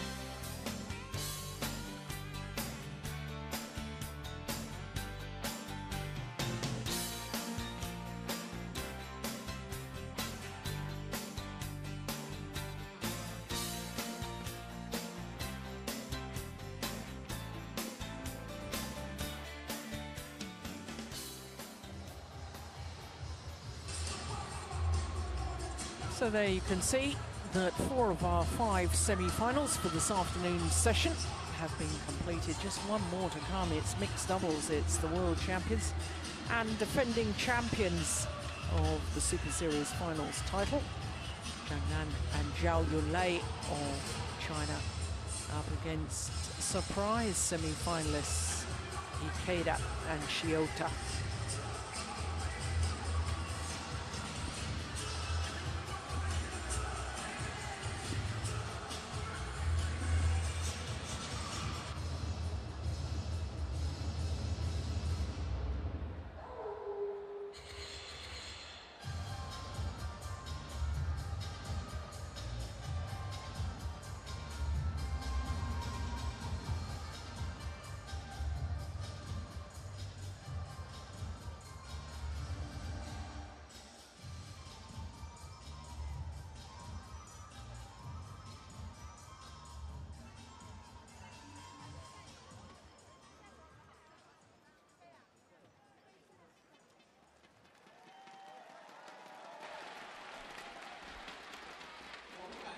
So the players are ready, waiting in the wings.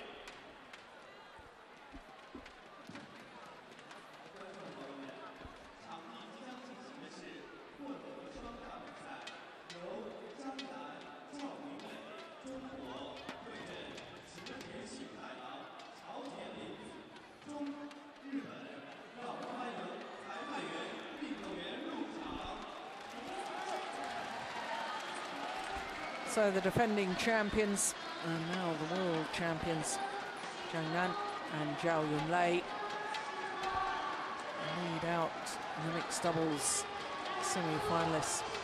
The Japanese pair, Shintaro Ikeda and Reiko Shiota.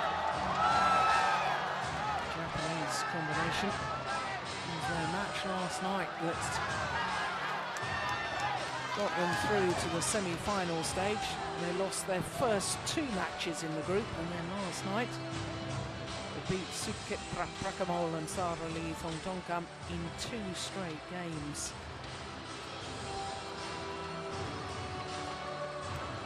Of course, the winners of the Group B were the Danes Joachim Fischer-Nielsen and Christina Pedersen. But then the other 3 pairs all won 1 match and lost 2 matches. So it all came down to game difference. And the best ratio was this Japanese pair.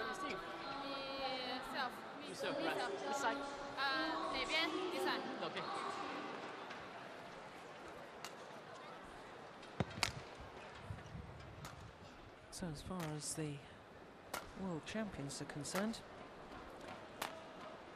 won all of their matches in their group, but twice not pushed the full distance against their teammates Yu Chen and Ma Jin in the first of their matches, and again yesterday against Tantowi Ahmad and Liliana Natsir of Indonesia.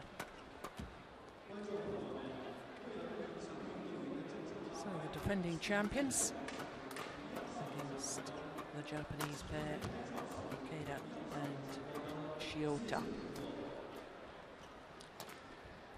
Reiko Shiota, 28 years of age. Number 12 in the world rankings, but number 8 in the Super Series rankings, having competed in all 12 Super Series tournaments.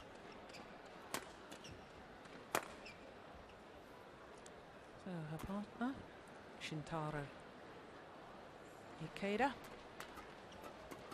30 years of age, although he'll be 31 at the end of this month. The Japanese players obviously very happy that a Japanese mixed doubles pair in the semi-final stage never won a title. The Japanese pair.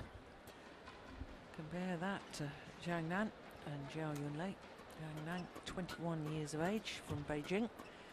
His partner, Zhao Yunlei, 25. And they have 10 career titles together, including, of course, that world title earlier this year and the Super Series Finals for 2010. 50-8, very impressive win-loss record for the year, and that translates into 7 titles. Just one previous meeting. That was last year in the quarter-final of the Bitburger Open. Grand Prix event that. Close second game. I think in all honesty, both pairs have improved since their last encounter. The Japanese players, of course, both of them have a bronze medal from World Championships, but not in the mixed doubles. Ikeda won his bronze in 2007 with Sakamoto, and Shiota won her bronze medal that same year with Kumiko Ogara. Well, as with yesterday, very heavy strapping on that right leg. Looks to be mainly protecting the knee.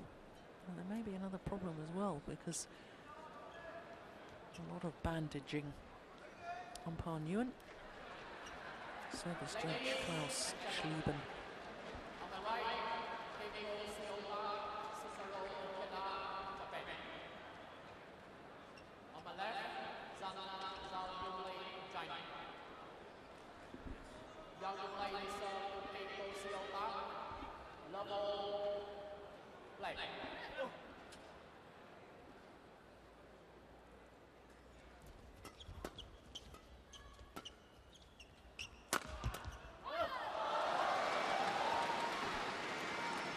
Well, Ian, from the form that we've seen from these two pairs this week, with the Chinese pair undefeated, won all 3 of their group matches.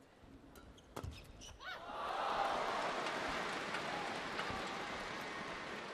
as far as the Japanese pair are concerned, lost 2 of their 3 group matches. One would have to reckon on the Chinese being the favourites for this.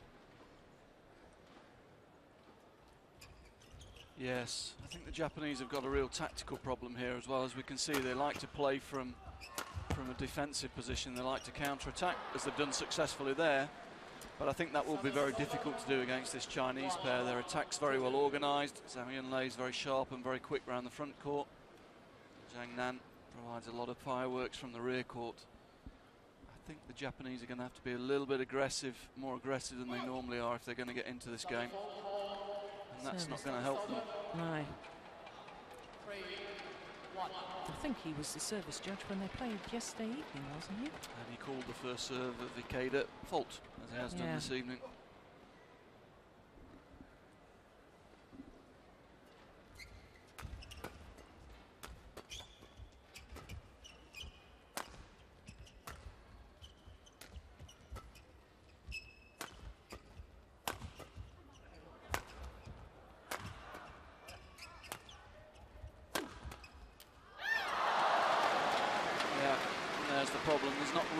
Penetration from Ikeda from the rear court. He's not able to get his partner in the front court. Shuttle driven easily through Shiota.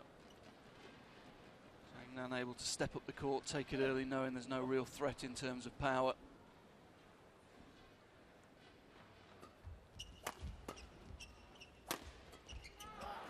power from Shota, in fact. We saw that a lot yesterday. Shota going into the rear court, hitting good angles. But I'm not sure that'll be enough today.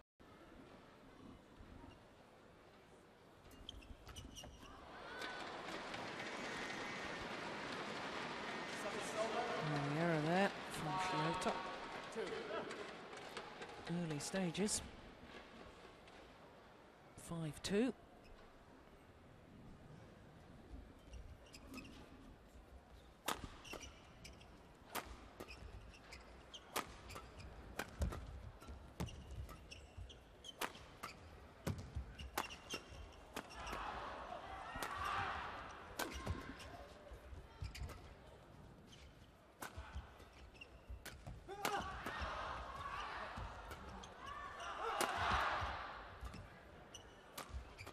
Good rally.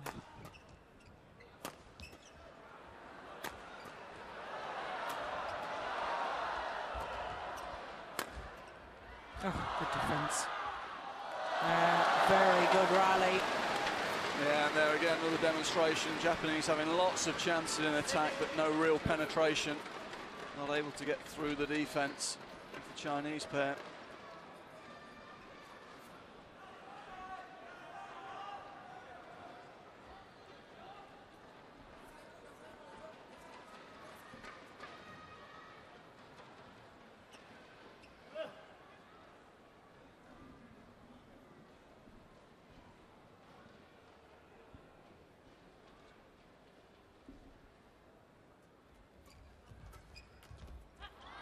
Yeah, it's clever play. Yeah, knew Shota would be following the play across the court. Turned it back across her. Made a change direction.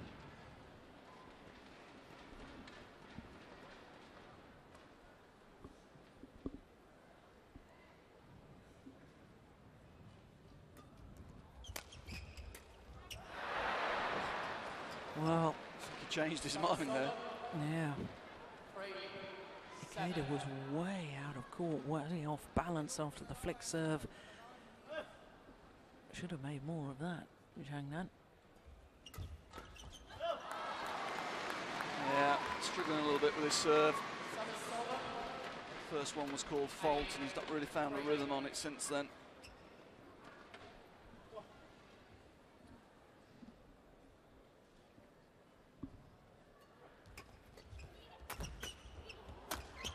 That's better.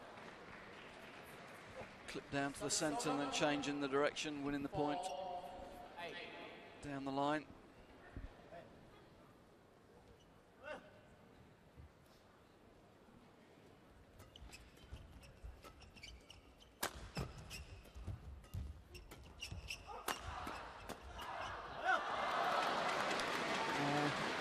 Good mixed doubles from the world champions, involving the net player.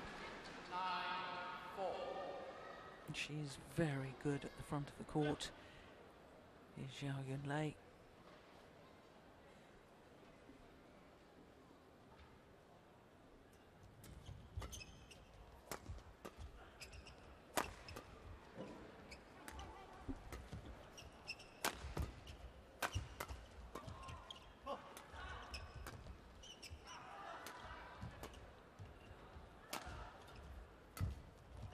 Oh, superb.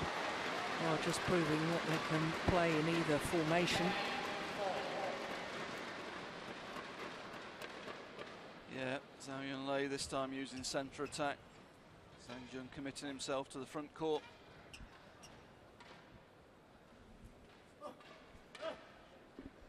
Keita's had a shave overnight.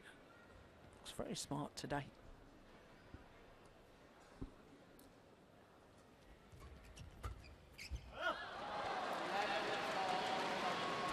So a 7-point advantage to the defending champions at the mid-game interval.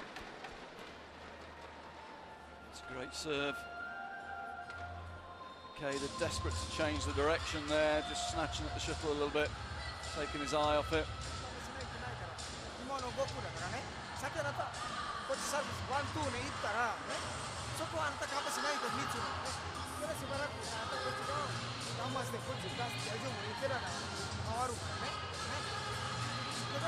ちょっとさっき出すでしょ。ラリー流れるでしょ。ワン、ツー、3番目ちゃんとしかりしないとないね。ちょっとスピード出す。これスピード出さないとダメよ。ね。1、2、3流れるけど3番目早くねスピード出してね。シュート取ったら置いてね。ね。3番目ね重要ね。いけるスタートね。お願いします。スタート。Leonie Manaki. Very animated in his team talk there. As always, very enthusiastic coach.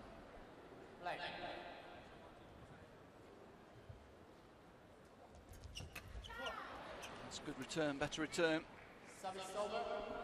More commitment there, took the shuttle earlier, managed to get it going down. Posed a problem for Zhao Yunlei, having to take it below net height. Again, not a great serve.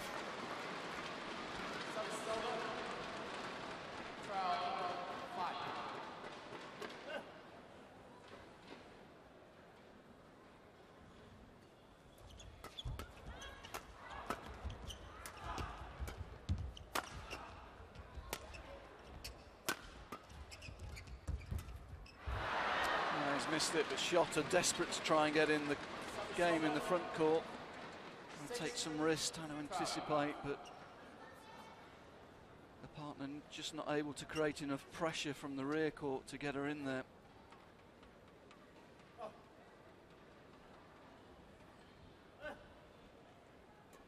Yeah, would have gone out, but couldn't get out of the way of the shuttle.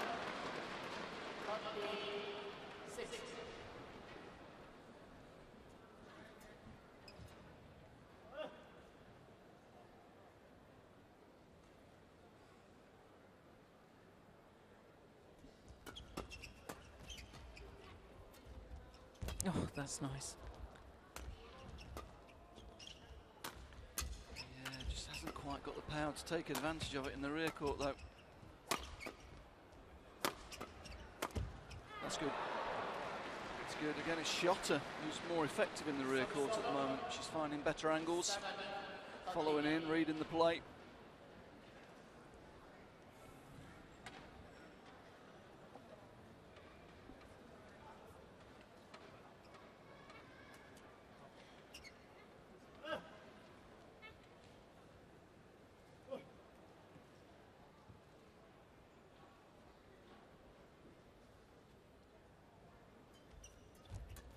Serve.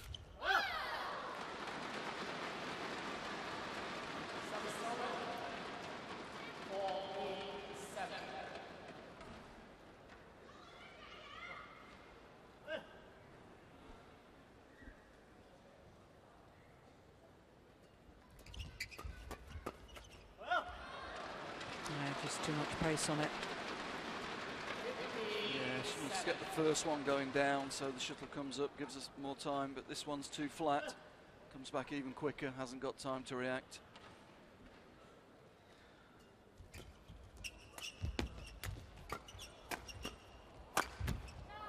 Yeah, that time she did manage to hit it down, and whilst it took another couple of attacking shots to finish off the rally, did gain much more advantage.